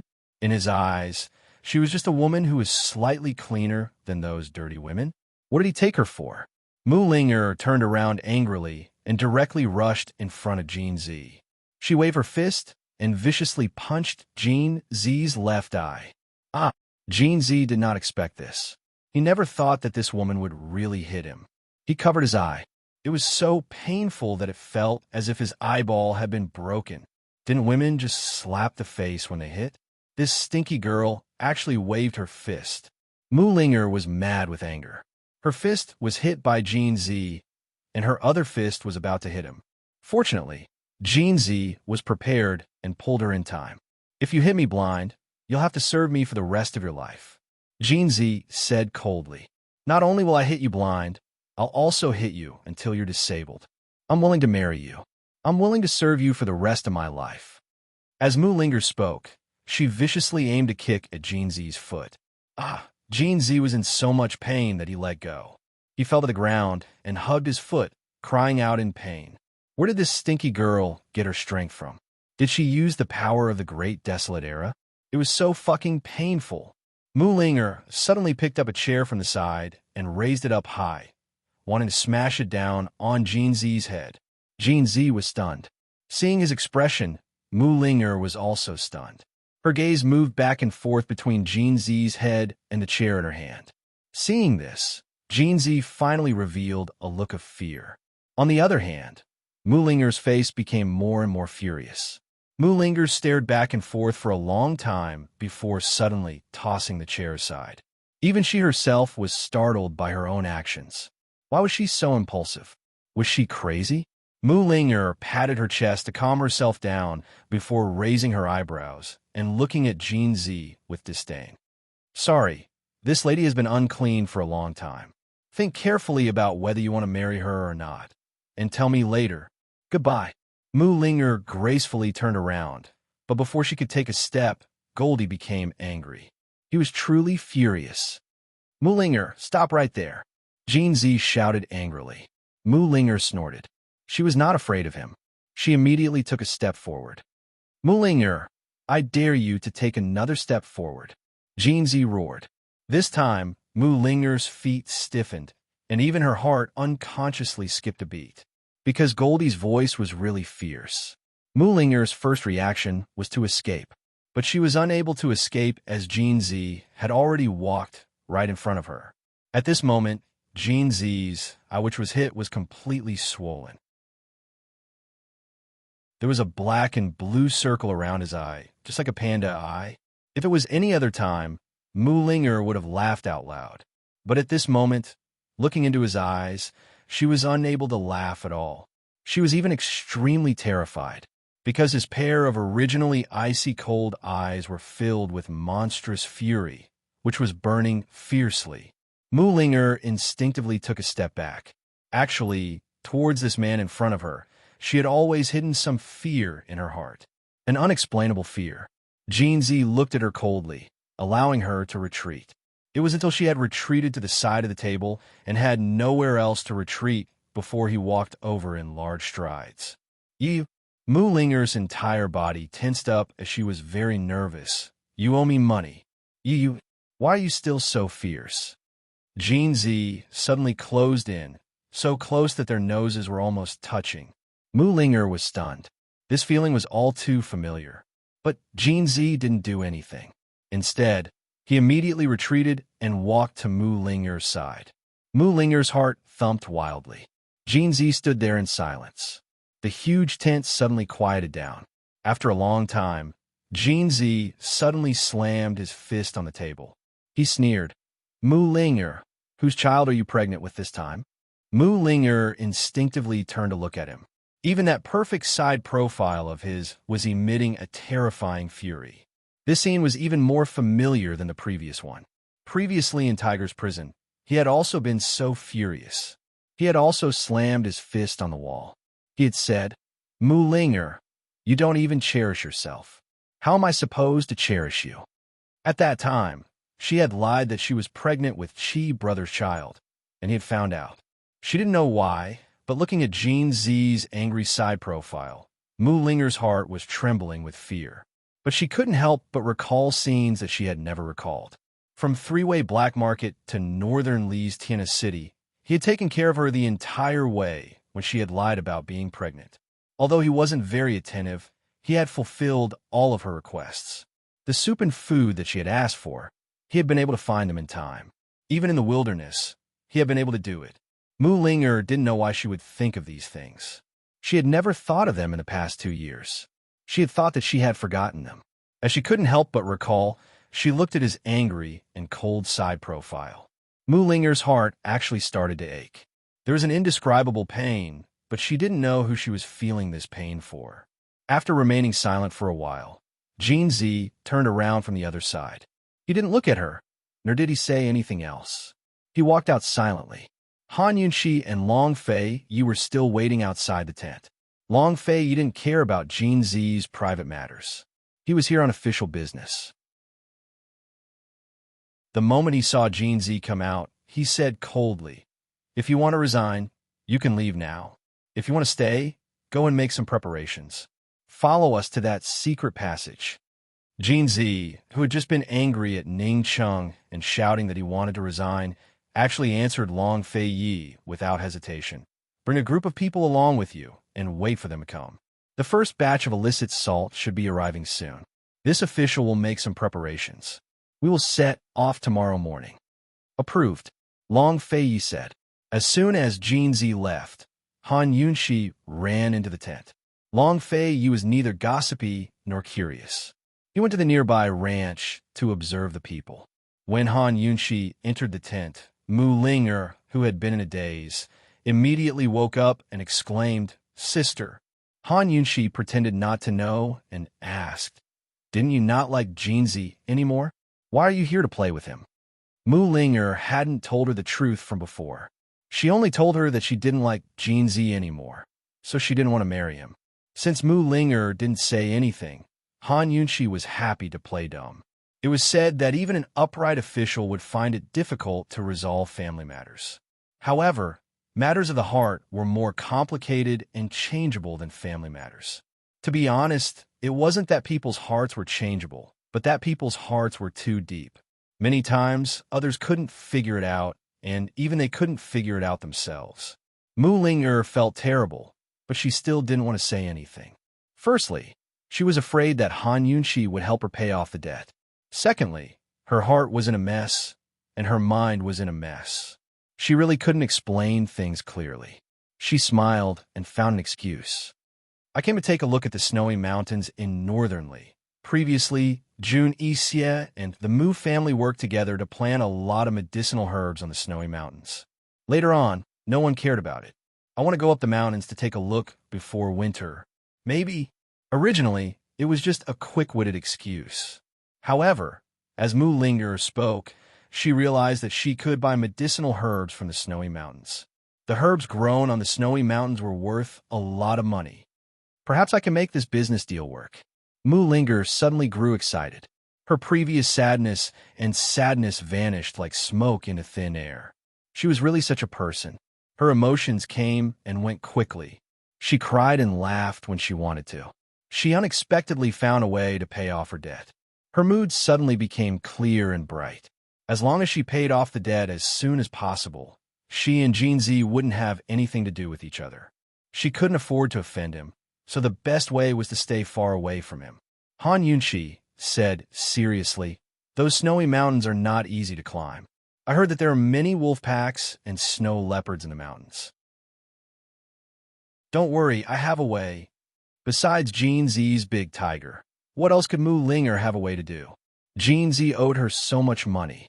No matter what, he had to help her plant medicine on the snowy mountains, right?"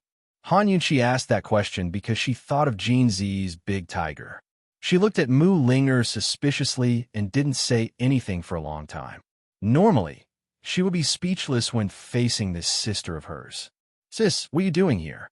Brother-in-law is here too, right? Where's Rui?" Mu Linger asked. Han Yunshi only briefly talked about the smuggling and didn't go into the details. Mu Linger didn't understand and wasn't interested. "So you're saying that Jinzi will be going to that place with you guys tomorrow morning?" Mu Linger asked. "You want to go too?" Han Yunshi asked. Mu Linger immediately shook her head. "No, I'm just asking. How long will you guys be gone for?" Mu Linger asked again. "If it's short, it'll be half a month. If it's long, it'll be more than a month," Han Yunshi said seriously. First, they were going to find the way. Second, they were going to lie in wait. Third, they were going to investigate evidence. Long Fei Yi was very patient this time and had set up a long line. It was all for the sake of catching all these smugglers in one fell swoop and taking the opportunity to take care of those big clans in Jiangnan. Then I'd better go back to Medicine City first. I'll find some medicinal seeds and bring them over, Mu Linger said seriously. That night, Jinzi set up a bonfire banquet to eat with Han Yunshi and Long Fei Yi. Because Long Fei Yi and Han Yunshi were traveling incognito, Jinzi didn't invite anyone else. After Han Yunshi and Long Fei Yi arrived, they didn't see Mu Linger. "Where's my family's Ling?" Han Yunshi asked. Han Yunshi definitely did it on purpose. She could have gone to find Linger to come with her, but she didn't do so. "I'll go invite her now. Empress, please wait a moment." Jinzi found the attendant next to him and whispered a few words. The attendant then went to find Mu Linger. When the attendant saw Mu Linger, he said, "Miss Linger, Lord Jean has set up a banquet and Empress has invited you. Lord Jean asked this one to bring you over." Mu Linger was actually hungry. Jinzi had arranged a tent for her, but he hadn't arranged anything for her to eat. This was the camp. There was no village in front of her and no shops behind her. Looking around, all she could see was the boundless prairie. She didn't know where to find food. She didn't know that when she and Jinzi were super together this morning, her sister and brother-in-law were on the side. She thought that with her sister and brother-in-law present, Jinzi wouldn't dare to be impudent. Thus, she decisively went to the banquet. Mo's public WeChat account. Jimomo 2015, welcome. Chapter 1285. The bonfire banquet was a feast unique to the northernly grasslands for celebration. Usually, firewood would be piled up in an open space, and everyone would gather around the bonfire to celebrate and eat. However, there were only 3 guests today. Jinzi modified the traditional bonfire banquet. He didn't light a big bonfire, but made a small bonfire with an iron rack and roasted a whole lamb. Mu Ling smelled the aroma of roasted meat before she even got close. Hungry, she couldn't help but lick her lips. She was hungry. When she got closer, she saw Jinzi personally holding the knife and sitting by the fire to serve the whole lamb. She didn't know how long he had been roasting it. The whole lamb was golden and shiny, and the meat was brown and crispy. Mu Ling couldn't help but swallow her saliva. She could give full marks for its appearance. She wondered how it would taste. Han Yunshi and Long Fei Yi sat to the side. There were 2 things on the short table, an empty plate and a pot of tea. "Linger, you're here. Have a seat." Han Yunqi said with a smile. Actually, Jinzi knew that Mu Ling had come when Han Yunqi didn't say anything. He lowered his head and carefully smeared honey on the whole lamb. Jinzi's seat was to the right of Han Yunqi, and Mu Ling's seat wasn't there. Long Fei Yi was tasting the tea that Jinzi had prepared. Han Yunqi looked around and pretended to be stupid. She pointed at Jinzi's seat and said, Mu Ling, there's another seat. There was only a plate and a pot of tea in Jinzi's seat. He hadn't sat down yet, so there were no traces of him having touched it. Mu Ling glanced at it and went over to sit. Just like that, the three of them sat and waited for Jinzi to serve the meat. Although it was winter, Han Yunqi suddenly felt like she was eating barbecue by the roadside. She couldn't help but laugh as she smiled. What are you laughing at? Long Fei Yi asked in a low voice. If Jinzi sets up a stall to sell barbecue, his business will be very good, Han Yunqi replied. No matter what, Jinzi was the leader of the northerly grassland and a first-grade minister of Great Qin. Han Yunqi's evaluation of Jinzi made Long Fei Yi speechless. His empress must have been crazy about doing business recently. Mu Linger didn't want to look at Jinzi, but she was hungry. She was so hungry that her stomach was rumbling. As the aroma of the roasted meat grew stronger, her gaze drifted towards the roasted lamb. She couldn't help but glance at Gold a few times. This was the first time she knew that this guy actually knew how to roast meat, and his skills were so good. She had always thought that he was a vegetarian when she saw how skinny he was and how he didn't have much meat on him. With his level of roasting skills, God knows how many cows and sheep he had eaten in the northerly grasslands. Mu Linger thought that Jinzi must be the kind of person who could eat meat every day without getting fat. It really made people envious and jealous. Indeed, Jinzi was a person who liked to eat meat. The only thing that attracted him in the northerly grasslands was the meat on the grasslands. Not long after, Jinzi finished roasting the lamb. The whole lamb was golden and shiny, looking crispy and yellow, making people want to take a bite. Soon, everyone found that Jinzi was not only good at roasting, but also very good at cutting. His martial arts were obviously not good, but when he waved the knife, he had a special style. His movements were like moving clouds and flowing water. The knife light flashed, and there was a bit of knife chi. Han Yunqi and Long Fei Yi watched with interest. Han Yunqi muttered, "This guy really has some skills. Maybe he has good talent for practicing martial arts." Long Fei Yi said, but Han Yunqi only laughed. He must have trained his hands so quickly in the gambling dens. Jinzi was the #1 gambling king in the three-way black market. Winning or losing on the gambling table depended on one word: fast hands and fast eyes. Mu Linger watched in a daze, forgetting that she was hungry. At this moment, Han Yunqi suddenly became alert. "There's poison." She immediately looked behind Mu Linger and saw a big red-eyed white tiger coming out of nowhere, approaching Mu Linger step by step. This big tiger's physique was bigger than the average tiger by a size. Its teeth and claws were poisonous, and it was undoubtedly the poisonous tiger that Jun Yixia had kept in Tiger's prison. The poisonous tigers in Tiger's prison were later subdued by Jinzi, and many of them sacrificed themselves to help Jinzi in his rebellion. The one in front of them should be one of the two that survived. As the saying goes, tigers are full of might. When a tiger walks, it will be awe-inspiring and imposing. But this red-eyed big tiger was interesting. It was obviously a huge creature, but when it walked, it was like a mouse. It lowered its head and tiptoed stealthily toward Mu Linger in fear of being discovered. Han Yunqi and Long Fei didn't say anything when they saw that this big guy didn't have any ill intentions toward Linger. Mu Linger's attention was completely focused on the roasted lamb head slices in Jinzi's hands and didn't notice the strange situation behind her. Jinzi sliced up a large plate of roasted lamb. Each piece of meat was long and uniform in thickness. The slices of roasted lamb were stacked together in the center of a large plate. He glanced at Mu Linger from the corner of his eye and immediately knew that Dabai was here. However, he didn't make a sound and only strode toward Han Yunqi and the others. Your Majesty, this is the best food on the grasslands. Please accept it." Jinzi offered the plate with both hands respectfully, but not humbly. There was still a hint of arrogance in his eyes. "Thank you," Long Fei said indifferently. Long Fei didn't have a big appetite, but he ate very well and had very high standard for food. Needless to say, Jinzi's plate of roasted meat was still to his liking. After putting down the roasted meat, Jinzi ordered someone to bring over a plate of lettuce. This lettuce was also carefully selected.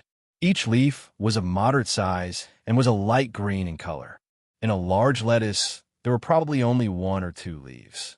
A plate of appetizing roasted meat and a plate of tender lettuce that made one want to bite into it. Just the sight of it was a pleasure. However, Jinzi also brought over a plate of sauce. This was secretly made by this lowly official. As Jinzi explained, he took out 2 pieces of lettuce and wrapped them around a piece of roasted lamb. Then, he stuck the sauce on it and presented it to Han Yunqi. Logically speaking, he should have presented the dish to Long Fei first. After all, the emperor reigned supreme. However, Long Fei wouldn't haggle over seniority with Han Yunqi. Naturally, he wouldn't bicker with Jinzi either. Han Yunqi had seen this way of eating before. However, Long Fei had never seen it before. He was very curious and interested. Han Yunqi took a bite and immediately revealed a pleasantly surprised expression. "It's super delicious." This roasted lamb not only looked good, but the meat inside the crispy skin was also very soft and tender. Most importantly, it didn't have a bit of sheep smell. Instead, the fragrance of the meat was mixed with the fresh and refreshing taste of the lettuce. It was very palatable and unique. Han Yunqi wasn't surprised by this way of eating. However, this was the first time that Han Yunqi had tasted this taste and texture. Han Yunqi hurriedly helped Long Fei wrap it up and let him try it. After Long Fei tasted it, he also said it was good. To be able to get Long Fei's nod of affirmation, Jinzi was very proud. He explained in detail how to pay attention to the roasted meat, the choice of lettuce, and the preparation of the sauce. Mu Ling sat at the side and watched. As she listened, her stomach started to growl. This was simply torture. Not only did he make her wait for so long when he invited her over for a meal, he actually deliberately dragged it out. Based on her understanding of Jinzi, with Jinzi's character, how could he explain so much nonsense? He was obviously deliberately using the excuse of explaining to waste time and not bring the meat to her. Mu Ling was still very ambitious. She didn't leave in a fit of pique and let Jinzi laugh at her. She also didn't take the initiative to ask for it. She just sat there and simply turned her head away. Just when Mu Ling was sulking, a tiger roar suddenly came from behind her. "Oh, ah!"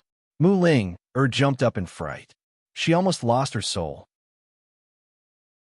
She turned back to take a look and actually realized that a big tiger was sitting behind her. She was given a fright again. The next time she retreated, she didn't know how she fell down. This time round, Jinzi finally looked over at her. Not only Jinzi, Han Yunqi, Long Fei and the big tiger were all looking at her. Mu Ling wanted to stand up, but she was so hungry that she really didn't have the strength. One must know that she hadn't even eaten lunch. From noon till now, she had only drunk a few cups of water. Although she was weak and wanted to cry, but she still clenched her teeth and stood up. She naturally recognized that big white tiger. Back then, it was this big white tiger that had brought her, Jinzi, and little Tang Tang to hide in the cave. It was also this big white tiger that had found a female tiger to feed little Tang Tang. Why was it roaring at her? Just as Mu Ling was about to roar back at that big white tiger, that big white tiger suddenly roared at Jinzi. In actual fact, that big white tiger's roar wasn't directed at Mu Ling, but at Jinzi. Jinzi was stunned. This beast actually dared to roar at him? What was it roaring at? Jinzi looked at that big white tiger and didn't make a sound. However, that big white tiger roared at him again. From that look, anyone could tell that it was extremely dissatisfied with Jinzi. Seeing this, Mu Ling was bewildered. What was going on? Suddenly, that big white tiger jumped out from that position and pounced toward the side of the bonfire. It picked up that whole roasted lamb from the rack and brought it in front of Mu Ling. Give it to her. This. Mu Ling was first stunned before she burst out laughing. Jean Z, Jean Z, to think that you're the leader of the tiger army. That big white tiger actually betrayed us. Looking at Jean Z's stunned expression, Mu Ling felt especially relieved. She pulled the whole roasted lamb over and tore off a leg and started to chew on it. This way of eating, compared to Jean Z's exquisite way of eating, was simply much simpler and cruder.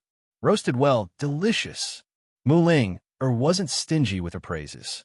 As she spoke, she tore off a leg and rewarded it to that big white tiger who was sitting by the side. That big white tiger happily took a bite and ate with relish, completely ignoring Jean Z's extremely gloomy face. Looking at the human and tiger's table manners, even Long Fei Yi couldn't help laughing. Han Yunxi couldn't help but burst out laughing, but who knew that as she laughed, she suddenly stopped and leaned on the table. What's wrong? Long Fei Yi asked in shock. Han Yunxi didn't reply as she leaned on the table and didn't move as she stroked her chest. Long Fei Yi was anxious, and just as he was about to help her up, Han Yunxi couldn't help but vomited. Long Fei Yi had never encountered such a situation before and was at a loss. When Mu Ling saw this, she immediately rushed over. Elder sister, what's wrong?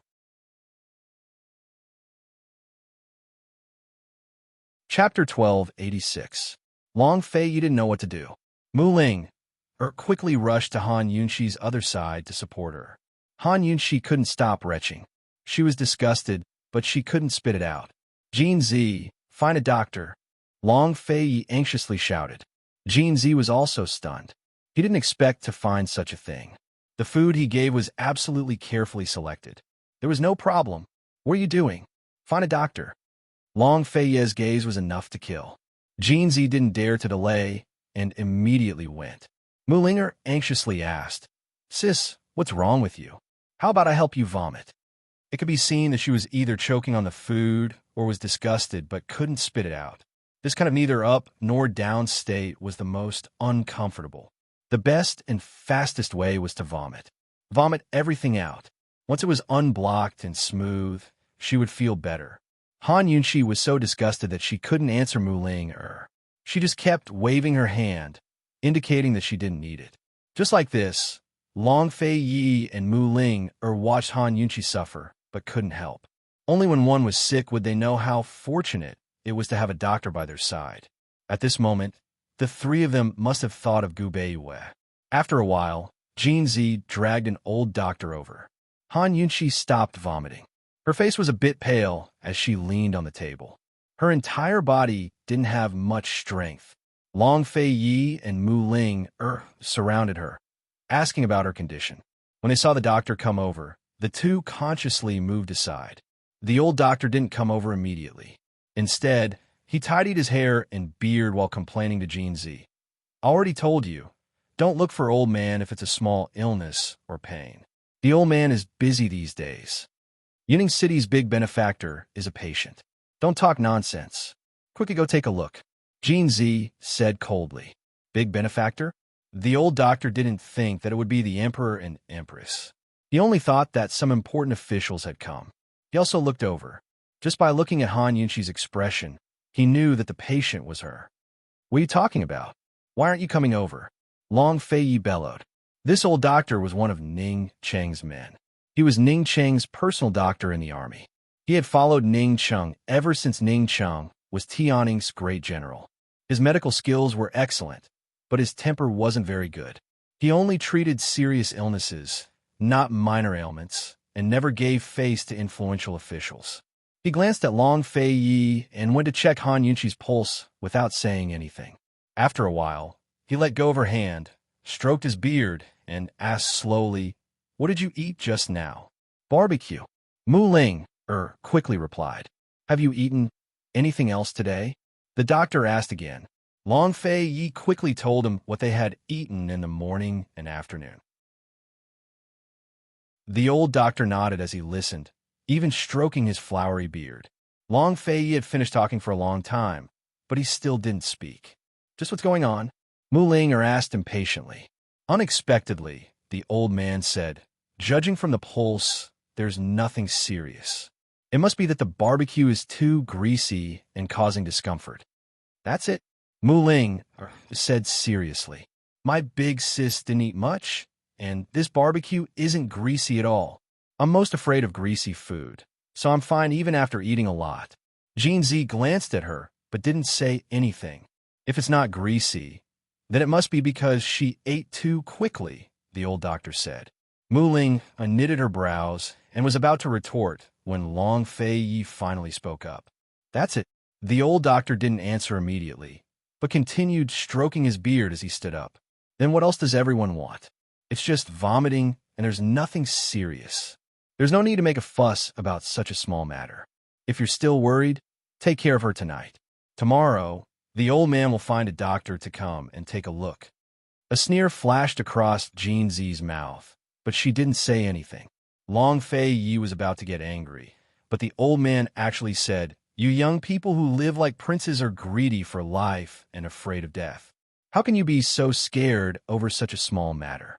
If you see those real patients, won't you be scared to death?" As he spoke, he turned to look at Jinzi. "Lord Jin, the old man will tell you one last time. No matter who is sick, even if the most powerful person in Yuning City is sick, if it's not serious, don't trouble the old man. The old man has a bunch of patients waiting for him." Jinzi didn't say anything, and Long Fei narrowed his eyes. Han Yunxi was stunned, and Mu Ling wanted to refute, but this hateful old man's words were very reasonable, and she didn't know how to refute. The old doctor ignored them and turned to leave. At this moment, Han Yunxi felt disgusted and couldn't help retching. Long Fei was anxious and angry, and he quickly went to drag the old doctor over. However, the old doctor turned around and added, "If it wasn't for the greasy diet, I'm afraid she's just pregnant and her pulse hasn't appeared yet. Madam, don't eat too much greasy food and rest early." After the old doctor finished speaking, he still looked arrogant and turned to leave. However, Long Fei was stunned. He looked at Han Yunxi in shock, and he didn't care about the old doctor's rudeness. Han Yunxi looked up at him, and she was also surprised. Just pregnant? In other words, she just got pregnant? Ah! Suddenly Mu Ling screamed, "Sister, you're pregnant." With Mu Ling shout, Long Fei and Han Yunxi came back to their senses. Han Yunxi couldn't help but laugh. Long Fei was so surprised that he didn't know what to do. He already had a son, but when he heard that Han Yunxi might be pregnant, he still felt the same as when he was about to be a father for the first time. Surprised, excited, surprised, and at a loss. He couldn't help but smile. It was faint, and he wasn't laughing out loud, but anyone could tell that he was very, very happy. He squatted down in front of Han Yunxi, took her hand, and whispered, "Tell me, tell me." Han Yunxi was a little confused, and she didn't understand what he meant. This time, "Tell me personally," Long Fei said again. The last time she was pregnant with Rayer, was already a few months old. Only then did he know that he was going to be a father. This time, he couldn't miss it. He wanted her to tell him personally, Han Yunxi understood. She was happy, touched, and worried at the same time. "But it's not confirmed yet. I can't read his pulse," she said. Long Fei thought for a moment and said seriously, "Then I'll wait." He got up and immediately summoned a shadow guard. "Send a letter to Medical City and ask Beiwe to come over as soon as possible." Han Yunxi didn't know what to say to him. She really didn't look forward to her second child. She wanted to take it slow. After all, was still young, and she still had a lot to do. But seeing Long Fei like this, she suddenly looked forward to it. She really hoped that she was pregnant, and that she could look at him and share the good news with him personally. Long Fei didn't let Han Yunxi stay outside. He immediately brought Han Yunxi back to the tent to rest. Mu Ling followed and volunteered to take care of all 3 meals and supper. Long Fei's original plan was completely disrupted. He sent a few subordinates to find a secret passage with Jinzi and wait for him. At the same time, He secretly handed over all the evidence in his hands to the Supreme Court official, letting him take charge of the case. Before Jinzi set off, he specially went to the kitchen to take a look at Mu Ling-er. Unfortunately, Mu Ling-er was focused on cooking porridge and didn't know that he had come. Jinzi left silently. It would take at least a month for him to return. He wasn't worried that Mu Ling-er would leave. Firstly, as long as the Empress didn't leave, this girl wouldn't leave. Secondly, he hadn't given her his gold card yet. Half a month later, the prairies had officially entered winter. The north wind was very strong and whistled all day long. Gu Beiwei arrived at the military camp alone. He had a gray fox fur coat over his snow-white robes and was carrying a medical case on his right shoulder. He stood at the entrance of the tent. Even though he was covered in dust, it couldn't hide the extraordinary handsomeness between his brows. No matter how restless the north wind was behind him, it couldn't blow away the gentleness and calmness in his eyes. He gave a faint smile. "Emperor, Empress, please forgive this subordinate for being late. How could there be such a person?" Even in the cold winter, as long as she saw him, the entire world would warm up. Han Yunshi smiled, not knowing how to answer him. Long Fei also gave a helpless smile. "Gu Beiwei, your Qinggong has improved again." Long Fei had estimated that Gu Beiwei would arrive in 5 days, but who knew that he would arrive 5 days early? "Emperor, it's good that Empress doesn't blame me." Gu Beiwei smiled and quickly came over. "Empress, this subordinate will take your pulse." Han Yunshi quickly reached out her hand. Gu Beiwei was serious and professional. Long Fei stood to the side and waited. The large tent quieted down. In reality, in this half a month, Han Yunshi had more or less made her own judgment.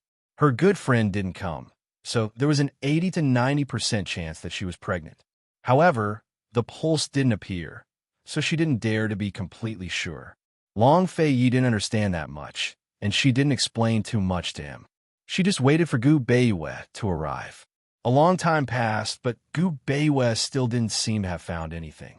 Long Fei was already nervous, but he didn't dare to speak. Han Yunshi wasn't that nervous at first, but when she saw Long Fei's serious expression, she also became nervous. Finally, Gu Beiwei let go of Han Yunshi's hand. The moment he let go, Long Fei asked, "How is it?" Gu Beiwei smiled, but didn't say anything. He stood up. "How is it?" Long Fei asked again. That anxious look was really unlike him. Gu Beiwei stood up and bowed respectfully. "Congratulations, Your Majesty. Empress is indeed pregnant." Long Fei was overjoyed. He looked at Han Yunshi and was about to speak when Han Yunshi covered his mouth and said, "Long Fei, I'm pregnant." They had agreed that she would tell him this personally. "Long Fei, I'm pregnant." She was the only one in the world who could say this, so of course she had to say it. "Long Fei, I'm pregnant." Han Yunshi repeated. Long Fei was so happy that he couldn't speak. Gu Beiwei smiled silently at the side. That joy came from the bottom of his heart. Suddenly, there was a loud bang. Everyone turned around and saw Mu Ling-er standing at the door. The porridge in her hand had been smashed to the ground. Before anyone knew what had happened to her, she ran towards Han Yunshi and shouted in surprise, "Sis, you're really pregnant. That's great. I want to go back with you. I want to take care of you." You're tuning in to the Romance Rendezvous YouTube channel. We're so grateful for your support, and don't forget to subscribe to join us on this incredible journey through captivating stories. Your generosity through donations truly makes a world of difference, as it's the primary source of revenue that allows me to expand and enhance this channel for you. Thank you from the bottom of my heart for being a part of this adventure.